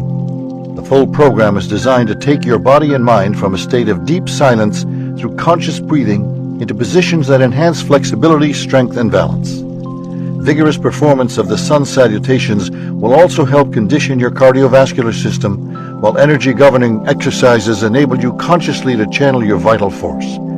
After performing the physical techniques, we encourage you to spend a few minutes bringing the spiritual law of the day into your awareness so it remains lively throughout the day. The major facets of the program include pranayama breathing exercises, meditation flexibility postures, balance postures, sun salutations, bandhas, energy opening postures, the spiritual law of the day. As a sign of commitment to the well-being of your body, mind, and soul, spend some time every day practicing yoga. When practicing on your own, an ideal session is as follows. Pranayama, 5 to 10 minutes. Begin with 5 to 10 minutes of pranayama breathing exercises. Start with several rounds of bhastrika, or bellows breath, to clear your body of toxins. Then perform 3 or 4 dirgha breaths, bringing air sequentially into your lower, middle, and upper lung spaces. Next, shift into ujjayi breathing for several minutes, slowly inhaling and exhaling with a slight contraction of your throat muscles. Finally, move into nadi shodhana, or alternate nostril breathing. Partially close your eyes as you perform nadi shodhana to draw your attention inward. Depending upon how much time you have available, spend 5 to 10 minutes performing your breathing exercises. Bhastrika, 1 to 2 minutes, bellows breath. Dirgha, 1 to 2 minutes, complete breath. Ujjayi, 1 to 2 minutes, success breath. Nadi shodhana, 2 to 4 minutes, clearing breath. So-hum meditation, 10 to 30 minutes. After clearing the subtle channels of circulation with your pranayama breathing exercises, you are ready to take your attention to a more expanded state of awareness through meditation. Close your eyes completely and simply become aware of your thoughts for a few moments. Then, sequentially bring your attention to each of the 7 chakras, audibly intoning the mantra for each energy center. After awakening these junction points between the mind and the body, it is time to calm your mind. Begin your silent meditation by practicing breathing awareness using the So-hum mantra or any other mind-quieting procedure you have learned. We encourage you to learn primordial sound meditation from a qualified instructor. Meditation ideally is practiced for 20 to 30 minutes. If you cannot accommodate this full time, allow for at least 10 minutes of meditation during your yoga practice. Always take a few minutes at the end of your meditation to gently stretch and move before opening your eyes. Flexibility postures, 10 to 20 minutes. Having cleared your channels and quieted your mind, you are now ready to begin moving energy consciously through the yoga poses. Begin with the flexibility poses, taking a minute or 2 to move into each of the 9 postures. 1. Pavanamuktasana, wind relieving pose. 2. Sarvangasana, shoulder stand. 3. Halasana, plow pose. 4. Bhujangasana, cobra pose. 5. Salabhasana, locust pose. 6. Dhanurasana, bow pose. 7. Janusirasana, bent knee forward bend. 8. Padmasana, lotus flexion. 9. Utpluti, uplifting pose. Balancing postures, 5 to 10 minutes. With enhanced flexibility, you naturally become better at maintaining your balance. Spend about a minute in each of the 6 balancing poses, noticing how your inner mental turbulence quiets as you find your physical center. 1. Vaksanasa, tree pose. 2. Ekpadasana, 1-foot pose. 3. Trikonasana, triangle pose. 4. Dandayamana Konasana, standing angle pose. 5. Dandayamana Dhanurasana, standing bow pose. 6. Garudasana, eagle pose. Sun salutations, 5 to 20 minutes. The flowing sequential movements of the sun salutations can be performed slowly or energetically. In the context of this sequence, we recommend you perform your 12 postures briskly. Begin with 6 sets, which may take you about 5 minutes, gradually progressing until you are performing sun salutations for 15 to 20 minutes. In addition to stretching your muscles and joints, you will exercise your heart and improve your circulation.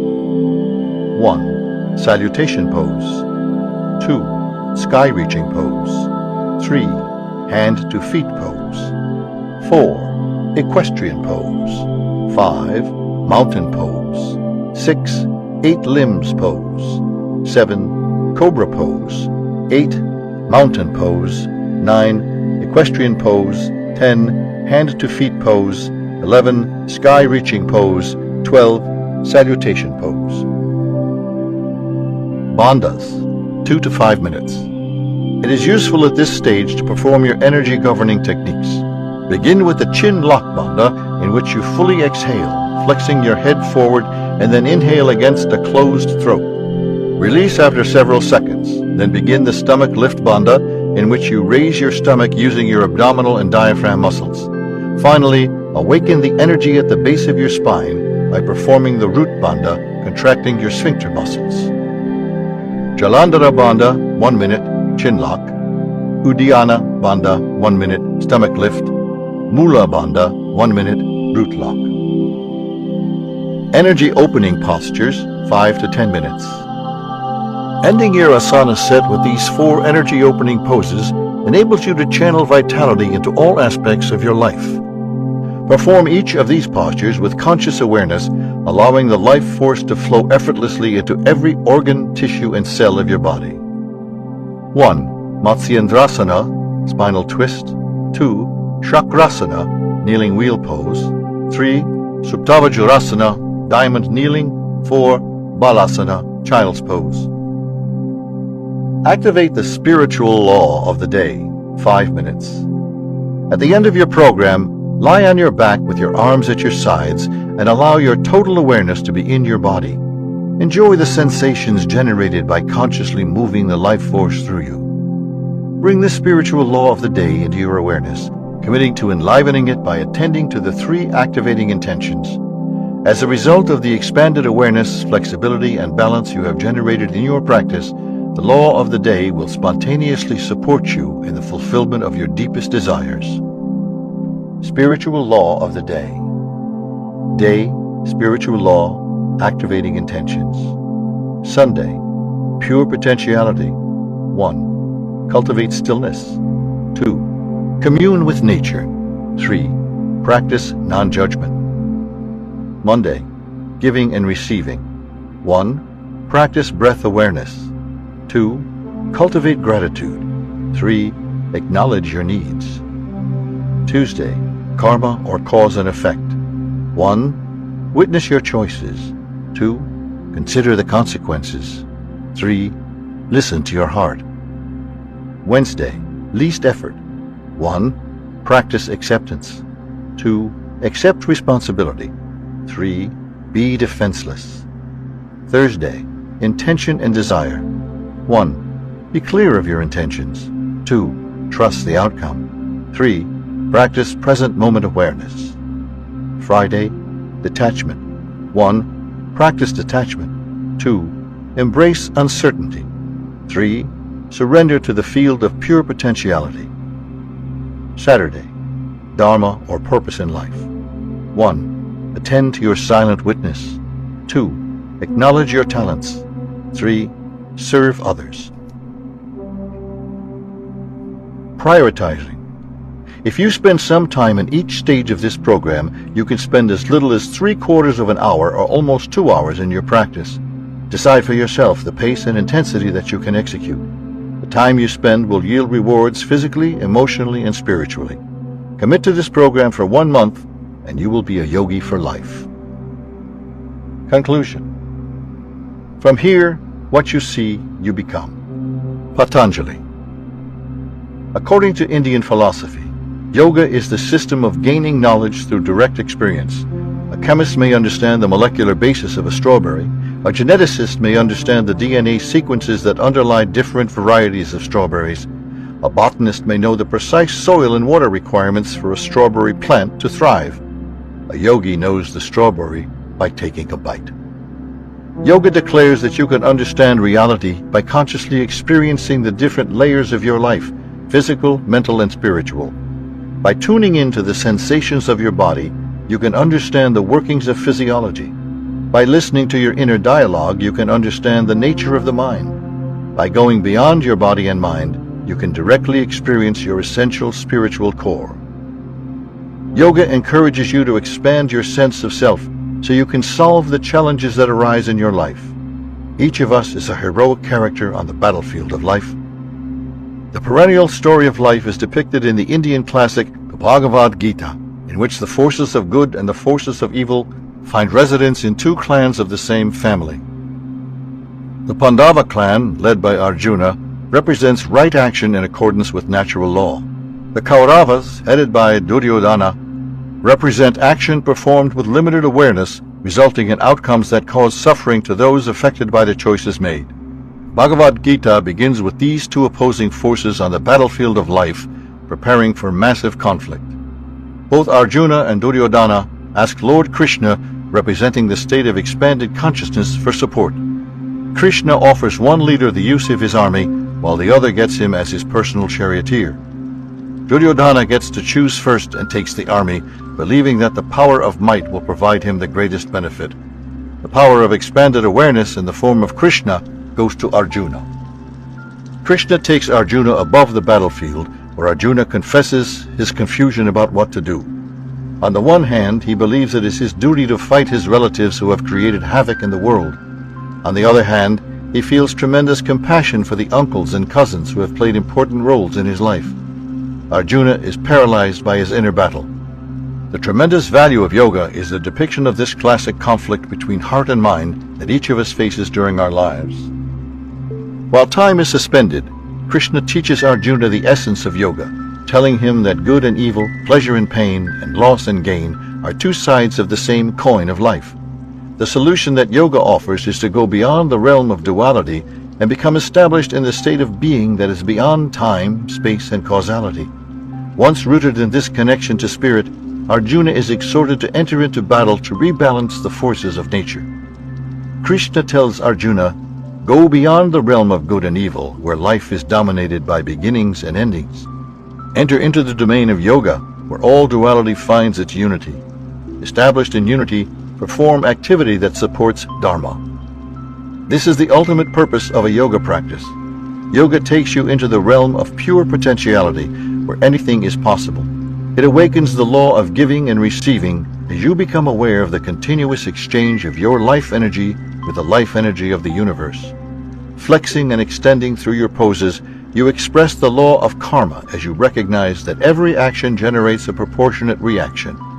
The law of least effort becomes lively as you surrender into each posture, releasing rather than forcing your way into a position. Combining the law of intention with the law of detachment, yoga demonstrates that introducing your desire and allowing nature to orchestrate its fulfillment maximizes achievement while minimizing strain. Finally, moving gracefully, sensitively, and consciously is the technology of living the law of Dharma, in which your actions have a positive effect on you and your environment. Any reason for practicing yoga is a good reason. Enhancing flexibility and releasing stress are as noble a purpose for performing yoga as the awakening of spirituality. This is the great gift of yoga. It serves and nourishes us at every level of our being and spontaneously contributes to greater well-being in all domains of life. The practice of yoga is worthy of your valuable time and attention. Yoga will help you discover gifts within yourself that have remained unopened since your childhood. Gifts of peace, harmony, laughter, and love. This concludes the 7 Spiritual Laws of Yoga by Deepak Chopra, MD, and David Simon, MD. Narrated by Tom. Thank you for watching this video, my friends. I hope you really enjoyed it. Make sure you leave a comment below and please subscribe to this channel. I want to give you so much more. Thank you, and I'll see you next time.